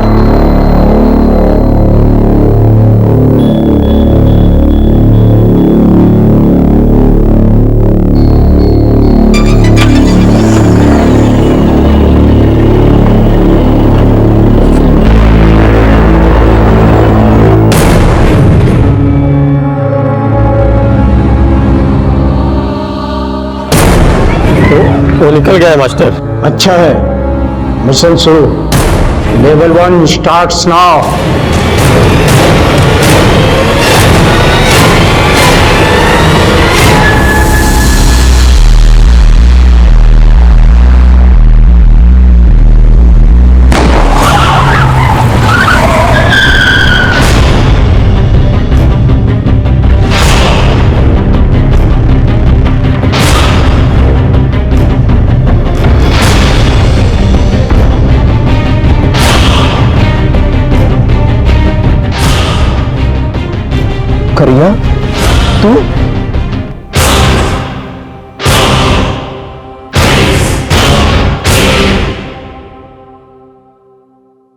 अरे सुनिए, ये अपना इनहेलर तो रख लीजिए।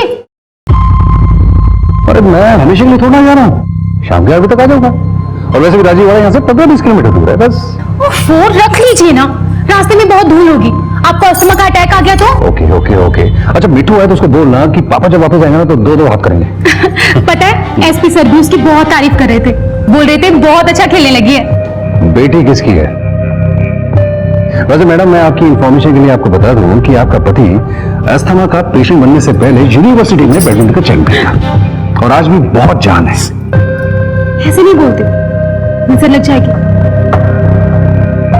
तुम ऐसा कह रही हो? हाँ मैं कह रही हूँ, अब जल्दी जाओ, जल्दी आओ। Okay bye bye.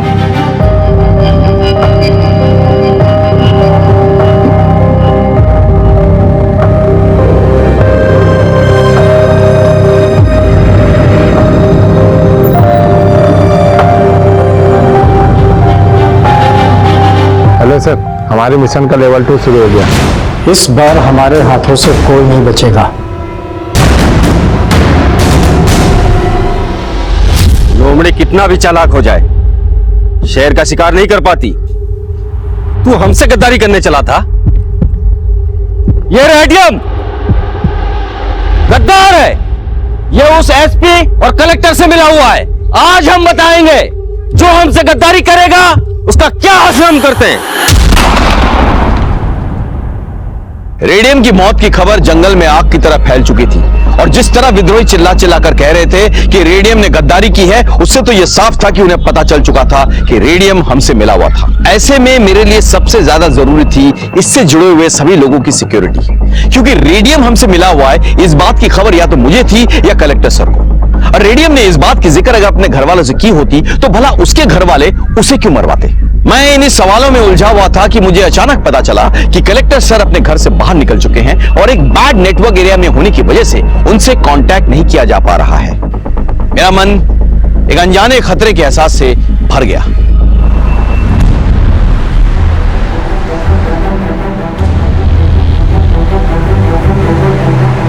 Sir CRPF के हम यहाँ से 3 किलोमीटर दूर है। हमारा गांव में जाना खतरे से खाली नहीं होगा। अपनी योजनाओं के बारे में गांव वालों को बताना बहुत जरूरी है, नहीं तो उनको लगेगा कि हम और हमारी सरकार कुछ करने में।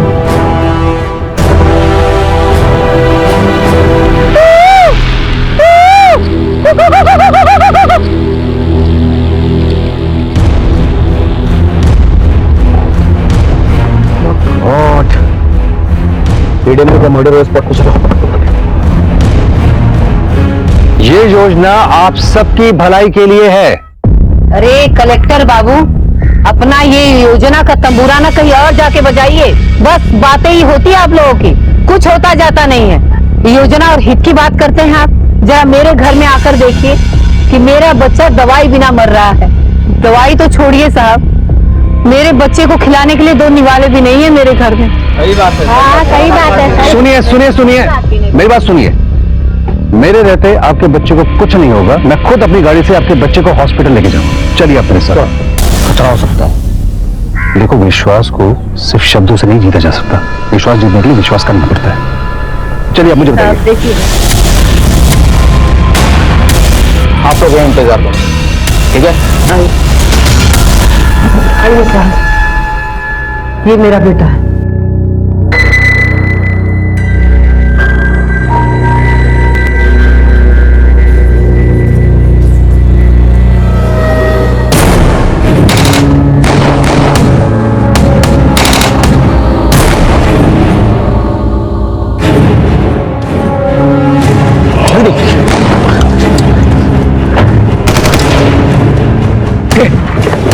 जल्दी निकलो। पास ना होगा, पास। सर क्या करूं? हम इस बच्चे को यहाँ सो नहीं सकते। अगर हम ऐसा करेंगे तो विद्रोहियों में हमें क्या पता जाएगा। रुको गाड़ी, तो मैं देखता हूँ।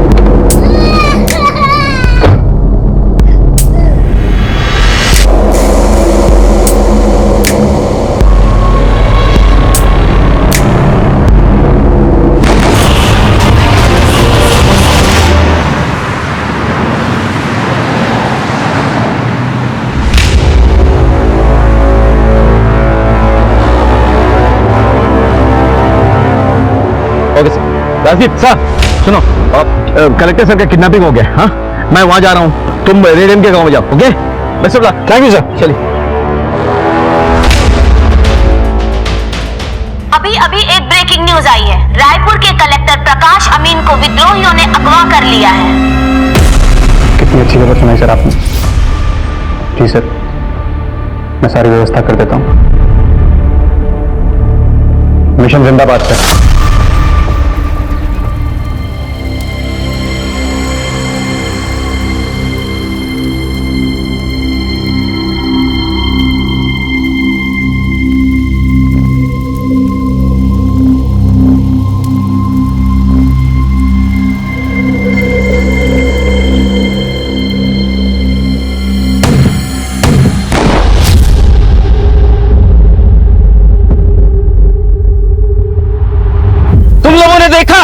करिया गद्दार का क्या हाल करता है, अब देखना उसके घर वालों का क्या हाल करेगा।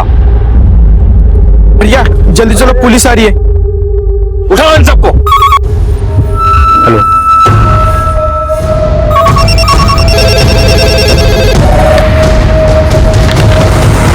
वहाँ सीएम साहब इलाज के लिए दिल्ली में बैठे हैं और यहाँ छत्तीसगढ़ में आग लगी हुई है। पुलिस और प्रशासन सो रहा है। क्या कोई है जो राज्य की जनता का रखवाला बनेगा? 26 मई 2018 एक ऐसा दिन था जिस दिन मेरे जुरिस्डिक्शन में पड़ने वाले तमाम गांव और कस्बे में एक के बाद एक ऐसी दिल दहलाने वाली घटनाएं घटी जैसे मेरे करियर में पहले कभी नहीं घटी थी। सवाल ये उठता है कि क्या ये घटनाएं महज इत्तेफाक थी या फिर किसी बड़ी साजिश का सिर्फ ट्रेलर था। Please sit down. इस एरिया के एसपी कहाँ है? क्राइम सीन पर सर।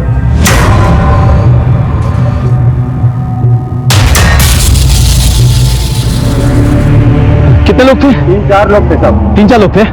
अब किस तरफ गए? इस तरफ गए साहब। कलेक्टर साहब को लेके गए इस तरफ पैदल? नहीं साहब, छोटी गाड़ी लेके आए थे। तुमने नंबर तो नहीं देखा होगा? नंबर याद है मुझे साहब। नंबर नोट कर।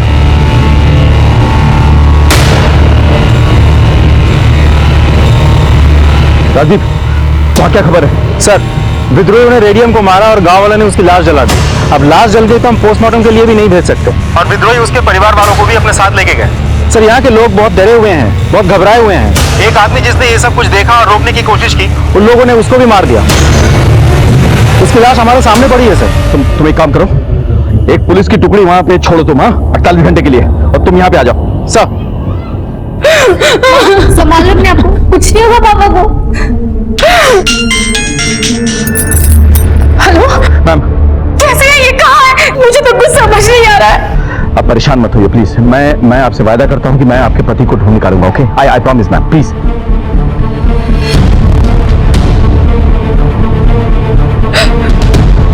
चलो।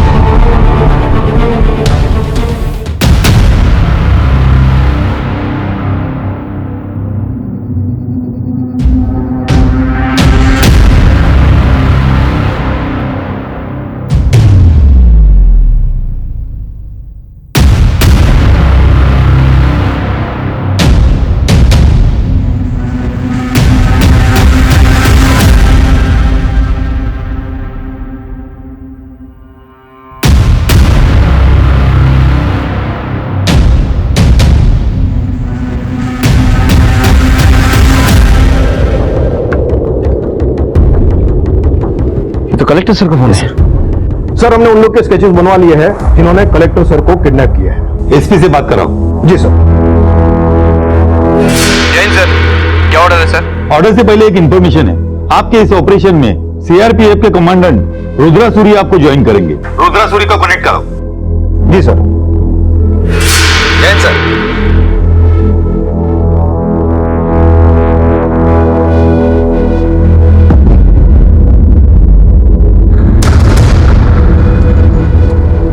अब किसे फोन लगा रहे हो तुम? पिंकी को। बेटा वो लोग बाहर गए होंगे। लेकिन मैंने देखा उसकी माँ तो घर में ही है। अगर पिंकी घर पर होती तो तुम्हारे साथ खेलने नहीं आती? वो तो तुम्हारी पक्की दोस्त है ना? एकदम पक्की। तो फिर चलो, जाओ होमवर्क करो, जाओ। आगे की ब्रीफिंग हमारे ऑफिसर्स करेंगे। Officer, come on. जी सर। सर हमने चश्मदीदों की मदद से और शूट किए गए वीडियो के आधार से कुछ स्केचेस बनवाए हैं। यह है करिया जिसने रेडियम को मारा। यह है झुमकी, करिया की वाइफ। ये दोनों बेहद ही खतरनाक विद्रोही है और इनको खाली हाथों से हराना नामुमकिन है, क्योंकि ज्यादातर ये सारे हथियार चलाना बेहद अच्छी तरह से जानते हैं। और ये है बिरसा, ये इन सब में सबसे खतरनाक विद्रोही है जिसने हमारे कलेक्टर साहब को किडनैप किया है। इन सब का और एक साथी है जोगी। इनके कुछ फोटोग्राफ्स हमारे पास है जिसको मैं आपके साथ शेयर कर रहा हूं। गांव में किसी ने कुछ बोला, मतलब विद्रोह के ठिकाने के बारे में कुछ पता चला? सर को कहां लेके गए, इसके बारे में कोई डिटेल विटेल? नहीं सर, इनके खिलाफ किसी भी गांव में कोई कुछ नहीं बोलता है। माना जाता है कि रेडियम इनका बेहद करीबी था और रेडियम ने इनको ट्रेन किया था और रेडियम ने ही उसके बॉस मास्टर से इन सबको मिलवाया था। लगता है अब ये मास्टर के साथ मिलके रेडियम और उसके फैमिली से दुश्मनी कर रहे हैं। और एक बात सर, ये जो उसका मास्टर है ये इन सबका सरगना है और कहा जाता है कि पिछले 15 साल में किसी को भी इसकी तस्वीर नहीं मिली। यहाँ के लोगों का कहना है कि ये एक आम आदमी की जिंदगी गुजार रहे हैं। हो सकता है कि ये किसान हो सकता है कि मजदूर हो सकता है कि ये सरकारी कर्मचारी हो या तो फिर टीचर, लेकिन अब तक किसी को कुछ भी पता नहीं है। रेडियम इनका राइट हैंड हुआ करता था और आज ये इनका किलर है। That's it sir. So what do you propose? Combing operation sir. With due respect, sir, I don't agree, sir. I cannot agree, sir. एक के बाद एक इतनी बड़ी हादसाएं हो रही है sir, and they are all connected, sir. They are all connected. ये तीनों रेडियम के अंदर काम करते थे सर, और जितना मैंने विद्रोहियों को ऑब्जर्व किया है, स्टडी किया है सर, ये लोग अपने लॉयल्टी इतने जल्दी शिफ्ट नहीं करते सर। मुझे लग रहा है सर कि ये कोई साजिश है सर, बड़ी साजिश है sir. It could be a trap, sir. Why should we walk into it? और अगर कॉम्बिंग ऑपरेशन हम करने वाले हैं तो वो भी एक्सपेक्ट कर रहे हो ना सर। लेकिन उसके बगैर हम लोग कलेक्टर साहब को बचाएंगे कैसे? ये छत्तीसगढ़ पुलिस और सीआरपीएफ की जॉइंट ऑपरेशन ही होगा। I am ordering combing operation. Right sir. Jain sir. Jain sir. Sir, आप अभी तक काम कर रहे हैं, घर नहीं जाना क्या? घर घर घर वालों से होता है, खाली दीवारों से नहीं। वहां मेरा कौन इंतजार कर रहा होगा? मेरा तो सब कुछ ये स्कूल और मेरे छात्र हैं।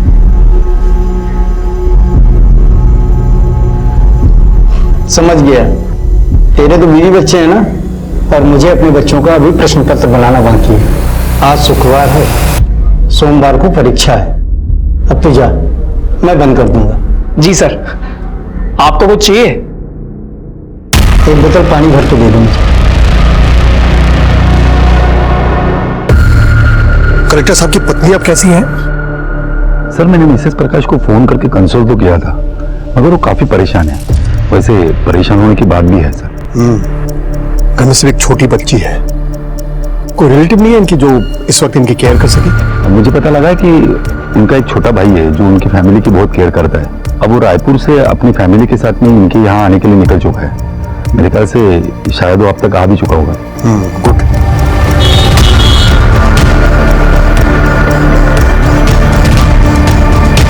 आप कौन? जी मैं डीएन साहब का साला हूँ, मुझे डी से मिलना। ओके सर, एक मिनट आइए।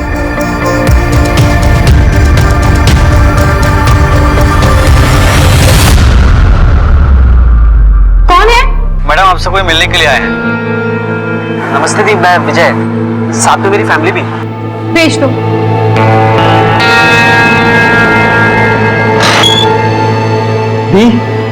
भैया, अच्छा आप आ गए। अभी बच्चे नहीं हुए?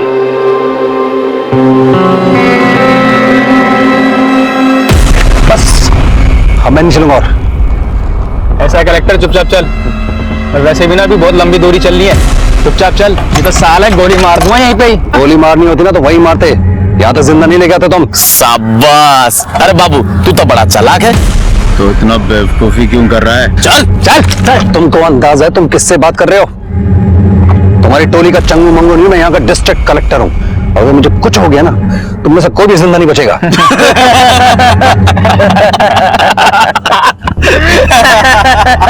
ऐसा है कलेक्टर, यहाँ तेरी कलेक्टरगिरी नहीं चलेगी। जंगल है जंगल, यहाँ मेरा राज चलता है। अरे चल। अरे वो देखा जाएगा, चल।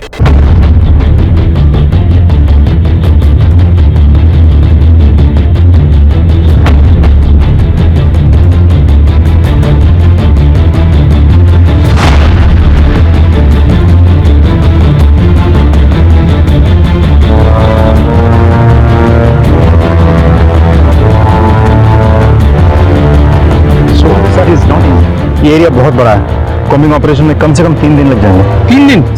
We don't have that much time. मैं जानता था कोई हमें उलझा रहा है, कोई हमें घुमा रहा है।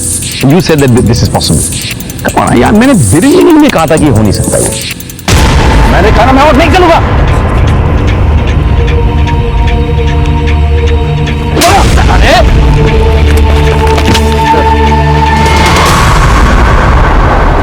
कलेक्टर सर और एडीएम की फैमिली को ढूंढने की हम पूरी कोशिश कर रहे थे, लेकिन मुझे बार बार यही लग रहा था कि यह सब एक कवर अप है और इन सब के पीछे विद्रोही का उद्देश्य कुछ और ही है। उन लोगों ने शतरंज की कोई बड़ी बिसात बिछाई है। कलेक्टर सर और एडीएम की फैमिली तो बस उनके लिए मोहरे हैं।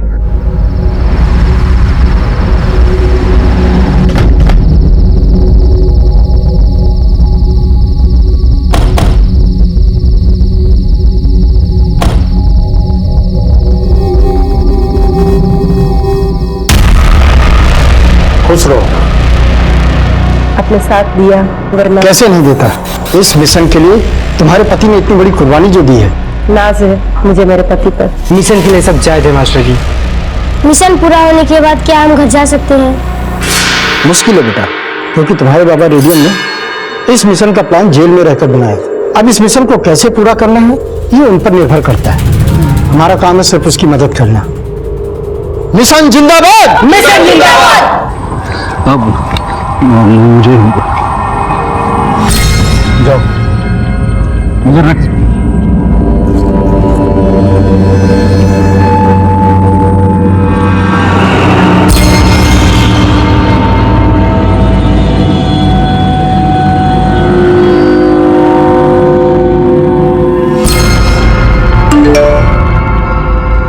तुम लोगों की रहने की व्यवस्था इस गांव में की गई है। धन्यवाद मास्टर जी। खुश रहो।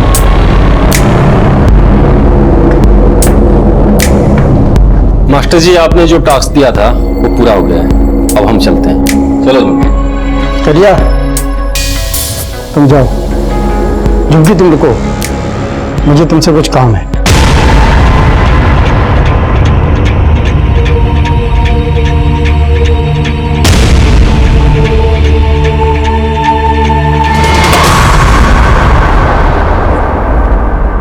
इससे विद्रोही होने का क्या फायदा जब मैं खुद अपनी बीवी की रक्षा नहीं कर सकता? लानत है ऐसे बंदूक उठाने पे।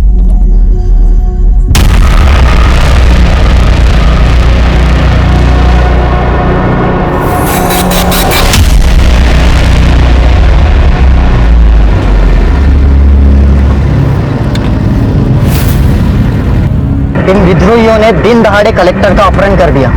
ये लोग यहीं कहीं जंगल में छुपे होंगे। ये लोग की इतनी हिम्मत।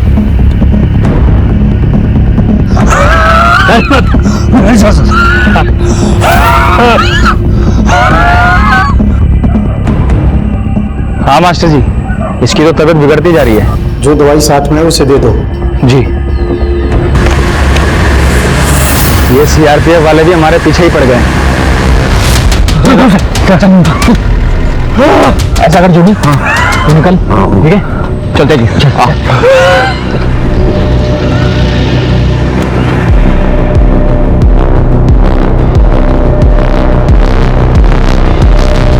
साहब, वो कलेक्टर साहब ना इस रास्ते में लेके गए। इधर से? इधर से ले लो गाड़ी। रोको रोको रोको। ये लोग उधर से क्यों भाग रहे हैं? कुछ तो गड़बड़ है। बहुत अच्छा किया मास्टर जी, इसकी तो हालत और बिगड़ती जा रही है। इसकी तीमारदार के लिए किसी को भेजो ना। काम हो गया। हट, हट, हट।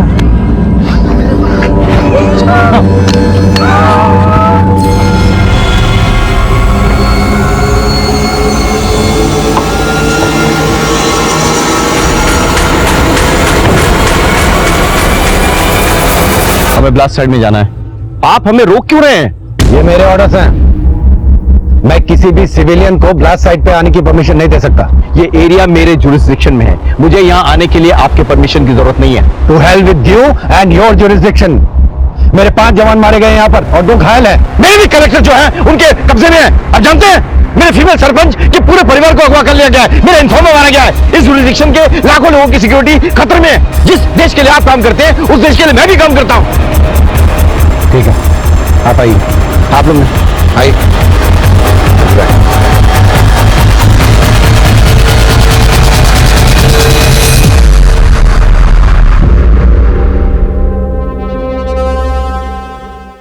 ये सबसे पावरफुल आईडी है। इसका इस्तेमाल सिर्फ आर्मी वाले करते हैं, जैसे कि मुझे शक था। इनको फॉरेन पावर्स का सपोर्ट है। You are right. हाँ, ये कोई साजिश है। टेलिंग यू जैन सर, जो कुछ भी हुआ उसके लिए हमें बहुत खेद है। May their soul rest in peace. लेकिन सर मेरा ये मानना है कि हम इन शहीदों को तभी सही मायने में श्रद्धांजलि दे पाएंगे जब हम इन विद्रोहियों को और इनके साथियों को अपनी हिरासत में ले ले। सर मुझे लगता है सर एक कोमिंग ऑपरेशन से कुछ हासिल नहीं होने वाला सर। हमें गांव-गांव जाकर गांव वालों की मदद लेनी होगी सर, इंफॉर्मेशन के लिए। मेरे पास इन्फॉर्मर्स की टीम है सर, हम उन्हें टैप कर सकते हैं। लेकिन आप वो कोम्बिंग ऑपरेशन क्यों रोकना चाहते हैं? आपने अभी अभी क्या कहा? आईडी का इस्तेमाल हुआ है जो सिर्फ आर्मी यूज करती है, यानी फॉरेन पावर्स का सपोर्ट है। आपको क्या लगता है कि ये फॉरेन पावर्स सिर्फ एक कलेक्टर या एक महिला सरपंच को अगवा करके खुश रहेंगे? It's a bigger conspiracy. Try and understand. This combing operation is a sheer waste of time. और सर मेरे घायल सीआरपीएफ जवान ने यह बताया है कि उन्हें आईईडी की तरफ आदिवासियों ने भेजा था, यानी कि वो आदिवासी या तो खुद विद्रोही थे या फिर उनके साथी थे। हम उनके बहुत करीब है सर। आप लोग वेट कीजिए, we'll get back on that. ठीक है सर। जय हिंद सर। जय हिंद सर। क्या देख रहा है? तेरे में तो हर वक्त आग लगी रहती है। एक बार जा ले जा, बुझा ले अपनी प्यास। छोड़ो मुझे, आवाज बंद, नहीं तो जान से मार दूंगी। हम लोग इतना इंतजार क्यों कर रहे हैं? ये सारा काम एक ही बार में खत्म कर देना चाहिए। मैं अपनी पूरी फोर्स बुला लेता हूँ, 3 दिन का काम 1 दिन में खत्म हो जाएगा। अब मुझे एक बात बताइए कि 2-4 विद्रोहियों को छोड़कर आप बाकी लोगों को कैसे पहचानेंगे? हाँ? ये कोई बाहर या सरहद पार से आने वाले कोई यूनिफॉर्म सोल्जर्स नहीं है जो आप पहचान लेंगे। ये हमारे बीच रहते हैं, आम आदमी हैं जो भटक के विद्रोही बन गए हैं। वो हमारे बीच छुपे रहते हैं और हमारे खिलाफ काम करते हैं। इनको ठीक से पहचान पाना लगभग नामुमकिन है। जैन सर। जैन सर। राकेश, क्या लगता है तुम्हें? आखिर लोग चाहते क्या है?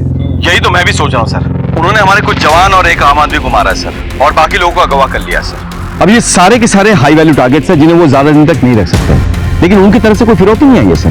वो कुछ भी कंडीशन रख सकते थे लेकिन वो चुप बैठे हैं। और जो बात मुझे ज्यादा खटक रही वो कि इन्होंने फॉरेन मेड आईडी का इस्तेमाल कैसे किया सर? तुम्हारे हिसाब से क्या करना चाहिए? सर मैं चाहता हूं कि हम और सीआरपीएफ की कंबाइंड टीम काम करे सर। हम लोग पैदल जाएं, अपने इन्फॉर्मर्स की मदद से कार्रवाई करें। ठीक है, आप लोग अपनी कार्यवाही कीजिए। सर हमें एक ड्रोन की टीम मिल जाती तो बहुत अच्छा होता।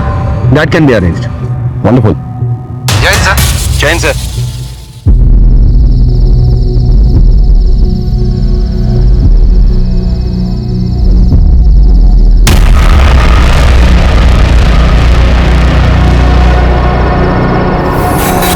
तुम लोग अंधे कुएं में पहुंचो, वहां तुम्हें बिरसा मिलेगा और आगे क्या करना है वहां पता चलेगा।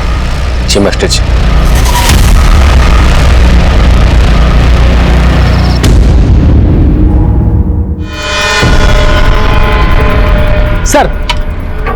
सर इतनी बड़ी घटना हो चुकी है, पूरा शहर डरा हुआ है और अभी तक कुछ नहीं किया जा सका है। सर पूरा प्रशासन में पुलिस सो रही है। सर जवाब दीजिए सर। Sorry, no comments.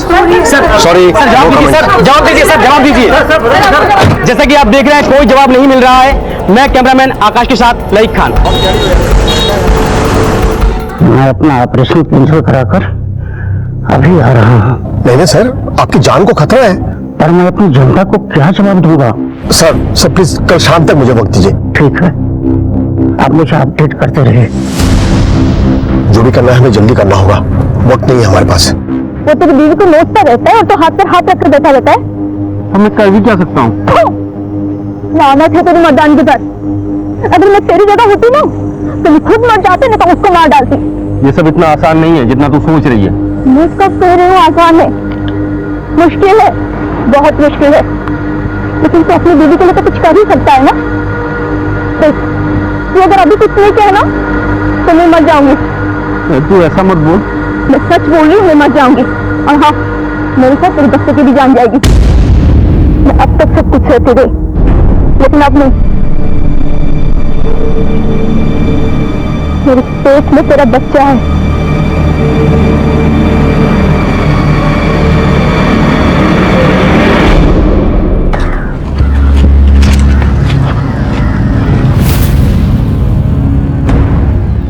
लगता है वो लोग यहाँ से निकल गए।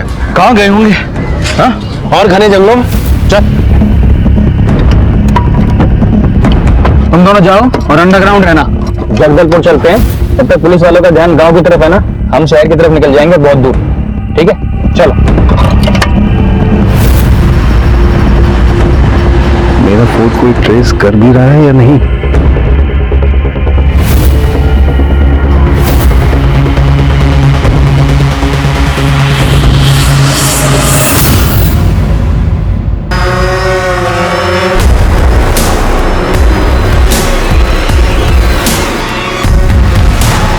थोड़ा ऊपर जाओ।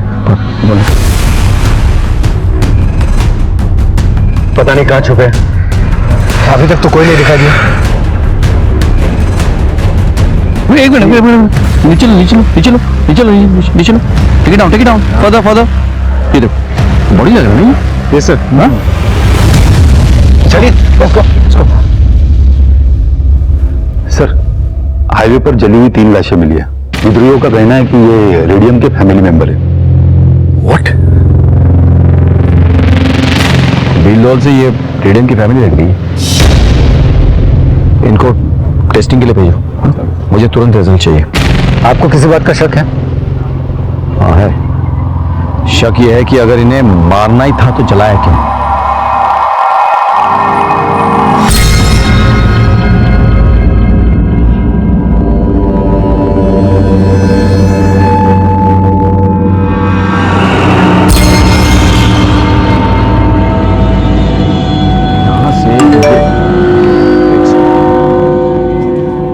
माय गॉड, ये तो कलेक्टर सर का मैसेज है।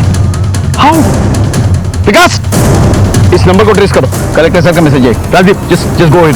या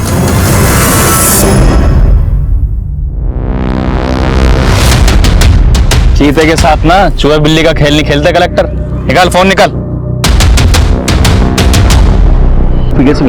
हाँ, जिस नंबर से मैसेज आया था वो नंबर बंद हो गया है। इसका नंबर ही है, कलेक्टर सर का ड्राइवर था, जिसे मार दिया गया है। और सर, हमारे पास ये भी खबर है कि विद्रोही ने एक कपल को मारा और उनकी गाड़ी में कलेक्टर साहब को लेकर फरार हो गया। सर वो मोबाइल आखिरी बार जगदलपुर के पास के ही गांव में एक्टिव था। जगदलपुर के पास? मतलब शहर के करीब? What is happening? उनकी गाड़ी शहर की तरफ जा रही है और हम लोग जंगल के अंदर घुसते जा रहे हैं। अरे क्या गेम खेल रहे हैं लोग हमारे साथ? It's getting very confusing.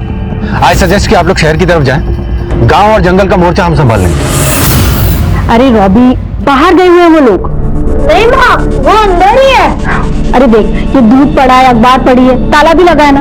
माँ, पर मैं कह रहा हूँ ना, वो अंदर ही है। वो मुझको उल्लू नहीं बना सकती। रॉबी, तू ना बिल्कुल मेरी बात नहीं सुनता। देख, कोई घर पर नहीं है। अब तू चल, मुझे बहुत सारे काम है। चल माँ। अरे तू चल ना। अच्छा हुआ बाहर से ताला लगवा दिया, नहीं तो ये लड़का मिशन पूरा होने से पहले ही फंसा देता। शुक्रिया।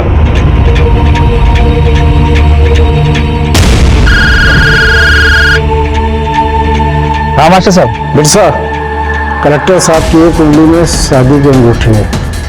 समझ गया। लेवल 3 शुरू। मिशन जिंदाबाद।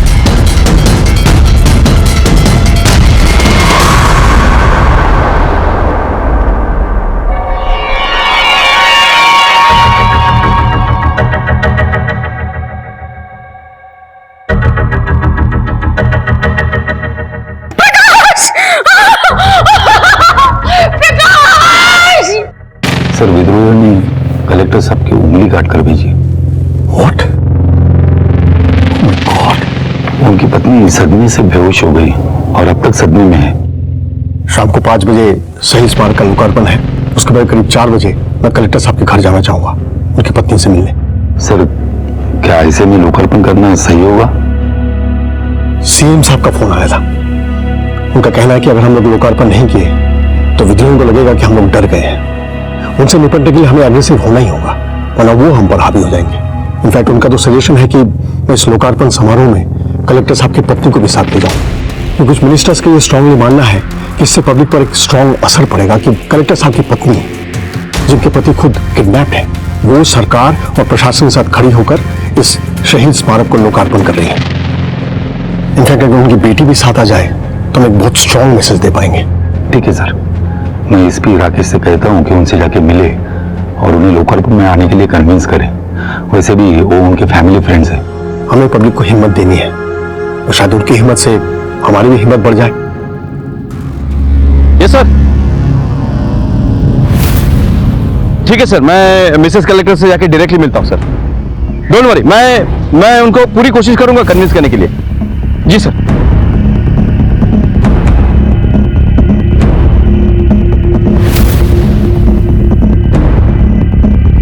अरे क्या हो रहा है साहब? मिनिस्टर साहब आ रहे हैं, जाओ इधर से। मिशन जिंदाबाद। मुझे नहीं खाना, मुझे पिंकी से बात करनी है। रॉबी, तुम ना बहुत ज्यादा जिद्दी हो गए हो। रुको।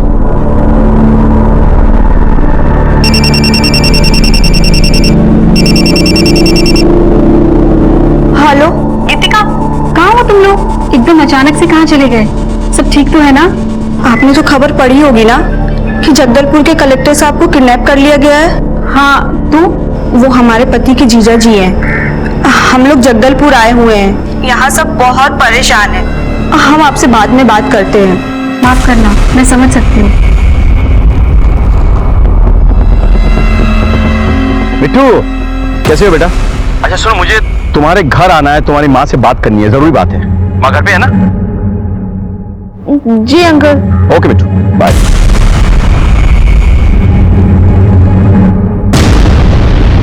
तू क्यों इतना डरती है रे? हाँ, हम कौन से तुझे खा जाएंगे? देख, अगर तुम लोग इसी तरह हमारा साथ दोगी तो ही मैं तेरे पापा को जिंदा रखूंगा, समझी? मुझे माफ कर देती। तू जानती है मैं कभी ऐसा नहीं कर सकता, लेकिन उन लोगों ने ना मेरे बच्चों को बंदी बना रखा। अरे तू कलेक्टर की बेटी है, ऐसे डरती हुई अच्छी नहीं लगती। देखो, एसपी राकेश श्रीवास्तव इधर आ रहा है, आप यही रहेंगी हमारे कब्जे में।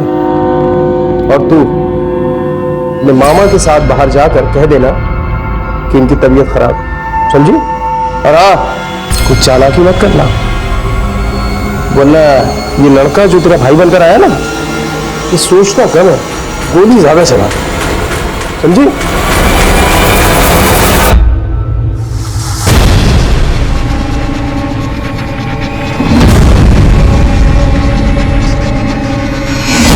फाइनल लेवल मिशन जिंदाबाद।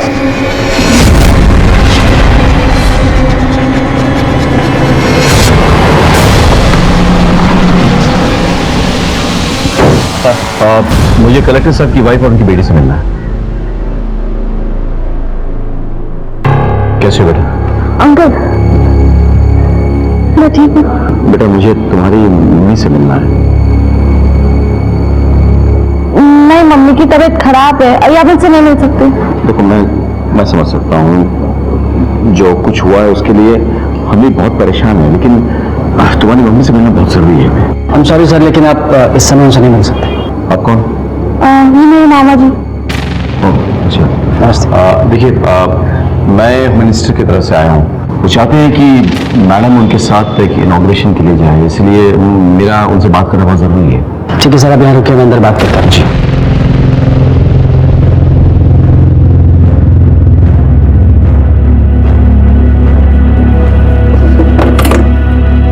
सर, अभी चालाकी करने की कोशिश की ना तो तुझे, तेरी बेटी, तेरे भाई और इस एसपी को यही जान से मार दूंगा, समझी?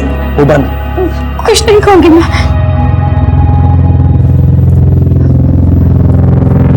भाई सर, ये मेरी वाइफ है गीतिका, और ये मेरा बेटा है।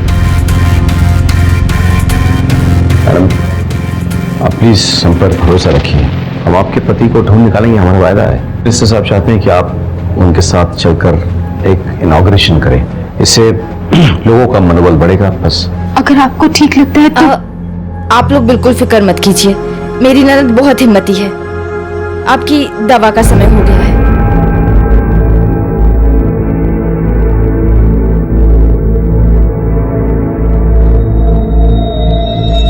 अच्छा, मैं चलता हूँ।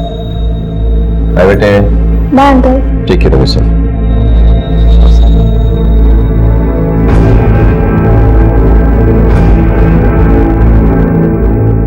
फुटबॉल खेलते हो? नहीं अंकल, चेस। इस बार अंडर 17 में रायपुर डिस्ट्रिक्ट को रिप्रेजेंट करूंगा।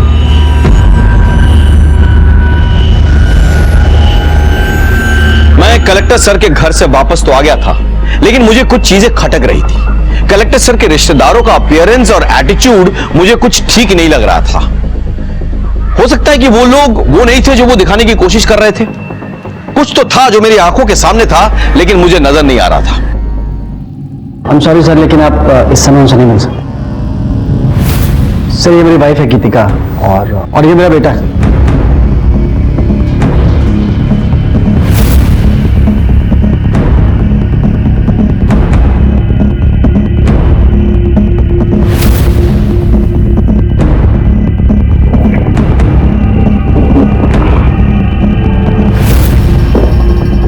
Yes sir. ये कलेक्टर साहब के साले करते क्या हैं? सेंट्रल रीजन के मल्टीनेशनल कंपनी में हेड है वो। और उनकी धर्मपत्नी? उनका बहुत बड़ा ब्यूटी पार्लर है और वो बहुत नाट्यम के एक्सपर्ट हैं, कई जगहों पर परफॉर्म करती हैं। Thank you.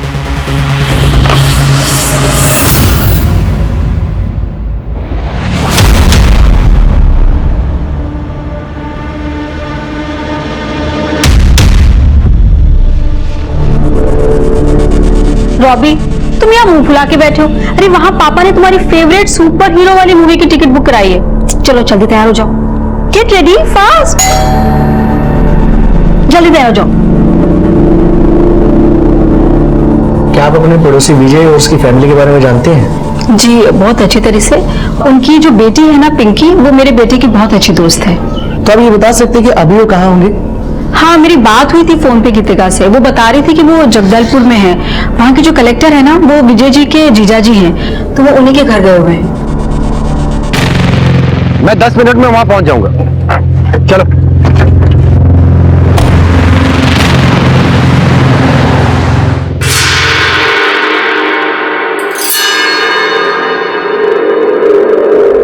All set, plan to be successful, mission जिंदाबाद।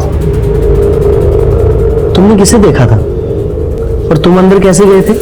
मैं घर के पीछे से गया था और मैंने खिड़की में देखा कि कोई तो जा रहा था। ऐसे कोई किसी को मारता है क्या? तो राक्षस है, राक्षस। क्या कर लिया? ये जिंदा नहीं रहेगा। मास्टर का फोन है। मिर्जा जी। कलेक्टर को मारकर अंडरग्राउंड हो जाओ, उसका काम खत्म। और कड़िया और झुमकी से भी कह दो वो दोनों भी अंडरग्राउंड हो जाए।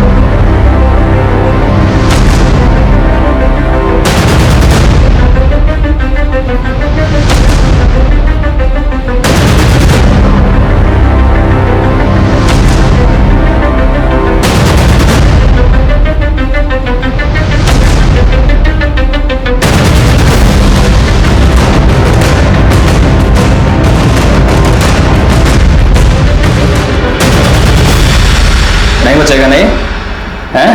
तो ऐसा करते हैं, इसको मारिए। इस भैया आदमी को क्यों मारा है? इसने किसका क्या बिगाड़ा है रे? ए हट जा, मास्टर का ऑर्डर है। ए समझा इसको? तो वो जो बोलेगा क्या हम कुछ नहीं करेंगे? ना जाने हमसे क्या उल्टे सीधे काम करवाता है वो साले। आप मुझे पट्टी बांधे कुछ भी करे जा रहे, बिना सोचे समझे कि इन सबका अंजाम क्या होगा। जल्दी सब तीनों को मार देगी। देख तू बीच में मत बोल, इसे अपना काम करने दे। हट। मैं इसे ऐसे नहीं करने दूंगी। देख बच्चों जैसे बातें मत कर, मास्टर ने कहा इसे मारना है तो मार। मैं भी कह रही हूँ कि मैं इसे नहीं मारने दूंगी। साला इसलिए मैं शादी नहीं किया, अगर बीच में आई ना हमारे मिशन के, छोड़ूंगा नहीं। मैं दारू पी के आ रहा हूं, तब तक समझ जा।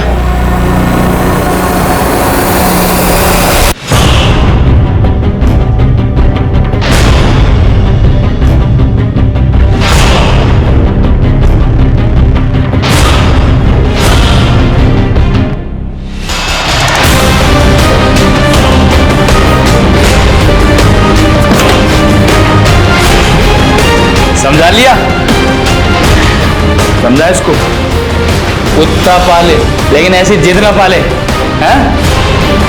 मिशन जिंदाबाद। कहने का आसपास गोली चली है, आवाज लगता है उस दिशा से आई है। चलो आगे की पुलिस टीम को इन्फॉर्म करो।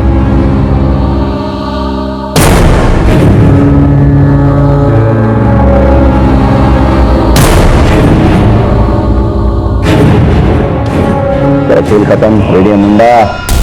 अब देखता हूँ लगाओ और सबूतों के बिना तो कैसे रिहा होता है। ले चलो इसे।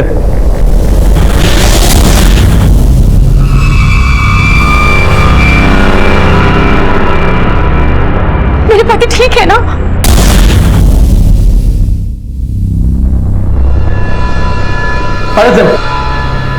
Don't arrest them. मेरी जान इनकी वजह से बची है। Don't arrest them.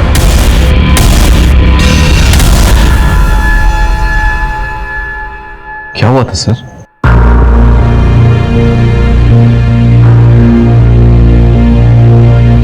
देख समझ, मैं जानबूझकर शहर की तरफ आया हूं ताकि हम पकड़े जाएं और जल्द से जल्द इस झंझट से छुटकारा मिले। कैसे मिलेगा? बिरसा तो हमारे साथ रहेगा ना? कुछ नहीं हो सकता, वो पुलिस को देखते ही गोली चलाने लगेगा। देख कर रिया, मुझे मेरी मौत का डर नहीं है, लेकिन वो जो बच्चा है ना, इसकी क्या करती हो? इसने तब तक दुनिया भी नहीं देखा है। मुझे नहीं लगता कि दुनिया देख भी पाएगी। तो तू बता, तू ही बता मैं क्या करूं? पुलिस का आगे सरेंडर कर देते हैं। और बिरसा ऐसे करने देगा? और तुमने सरेंडर कर भी दिया तो क्या होगा? बोलो, हम दोनों को हमेशा हमेशा के लिए अलग कर देंगे। हमारा बच्चा जेल में पैदा होगा तो वही जिंदगी भर सड़ता रहेगा। मुझे अच्छा लगे। अगर तुम दोनों चाहो तो मैं तुम दोनों की मदद कर सकता हूँ। हाँ, मैं जैसा कहूँ तुम अगर वैसा करो तो मैं तुम दोनों को और तुम्हारे बच्चे तुम सबको बचा लूंगा।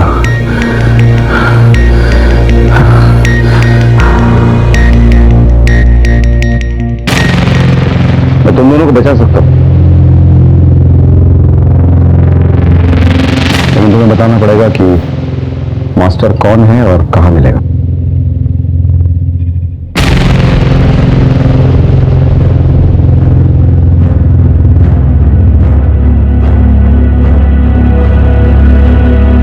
सर आपसे कोई मिलने आया है। कौन?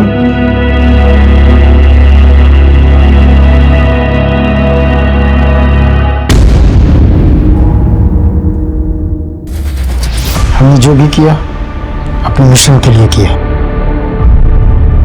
तुम लोगों से हमारी कोई दुश्मनी नहीं, हमें चाहिए मिनिस्टर। बस एक बार मिनिस्टर इधर आ गया, इधर मिनिस्टर खत्म और उधर तुम्हारा पति रिहा और तुम्हारे भाई की बीवी और बच्ची भी। पकड़े जाने का कोई गम नहीं है हमें। शेर का जिगर रखते हैं, शेर का। दिल में छुपकर गांव वालों और पुलिस वालों का खून बहाते हो और खुद को शेर कहते हो।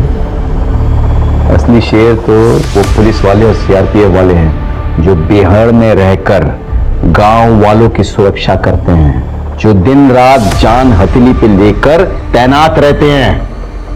वो है शेर। तुम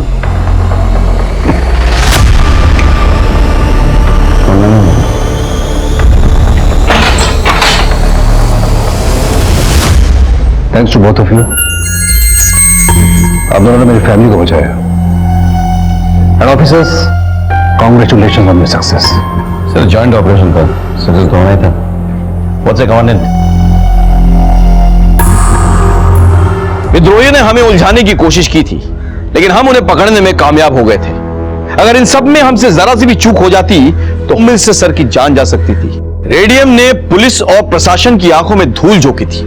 उसने हमारी चाल हम ही पे चली थी। भले ही वो इसमें कामयाब नहीं हो पाया, लेकिन हमें इस बात की दस्तक सुननी चाहिए थी कि जिस विद्रोही पे हम यकीन करने जा रहे थे वो वाकई में यकीन करने लायक है भी या नहीं। कलेक्टर सर को यह दस्तक पहचाननी चाहिए थी कि जब यहां का माहौल पहले से ही खराब था तो उन लोगों के बीच जाना खतरनाक हो सकता था।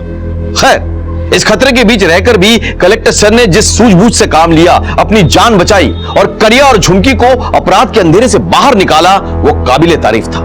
मुझसे भले ही रेडियम को पहचानने में एक बार चूक हो गई हो, लेकिन बाद में मिलने वाली दस्तक को मैंने नजरअंदाज नहीं किया कि वो हमें गुमराह करने की कोशिश कर रहे हैं। मैंने उस दस्तक को सुना, पहचाना और उनकी साजिश को नाकामयाब किया।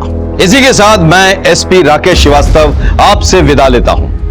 कल फिर मिलेंगे। सतर्क रहिए और देखते रहिए क्राइम पेट्रोल दस्तक, क्योंकि मकसद बताना नहीं, बचाना है। जय हिंद। क्राइम पेट्रोल के ऐसे ही मजेदार एपिसोड्स देखने के लिए हमारे चैनल को सब्सक्राइब करें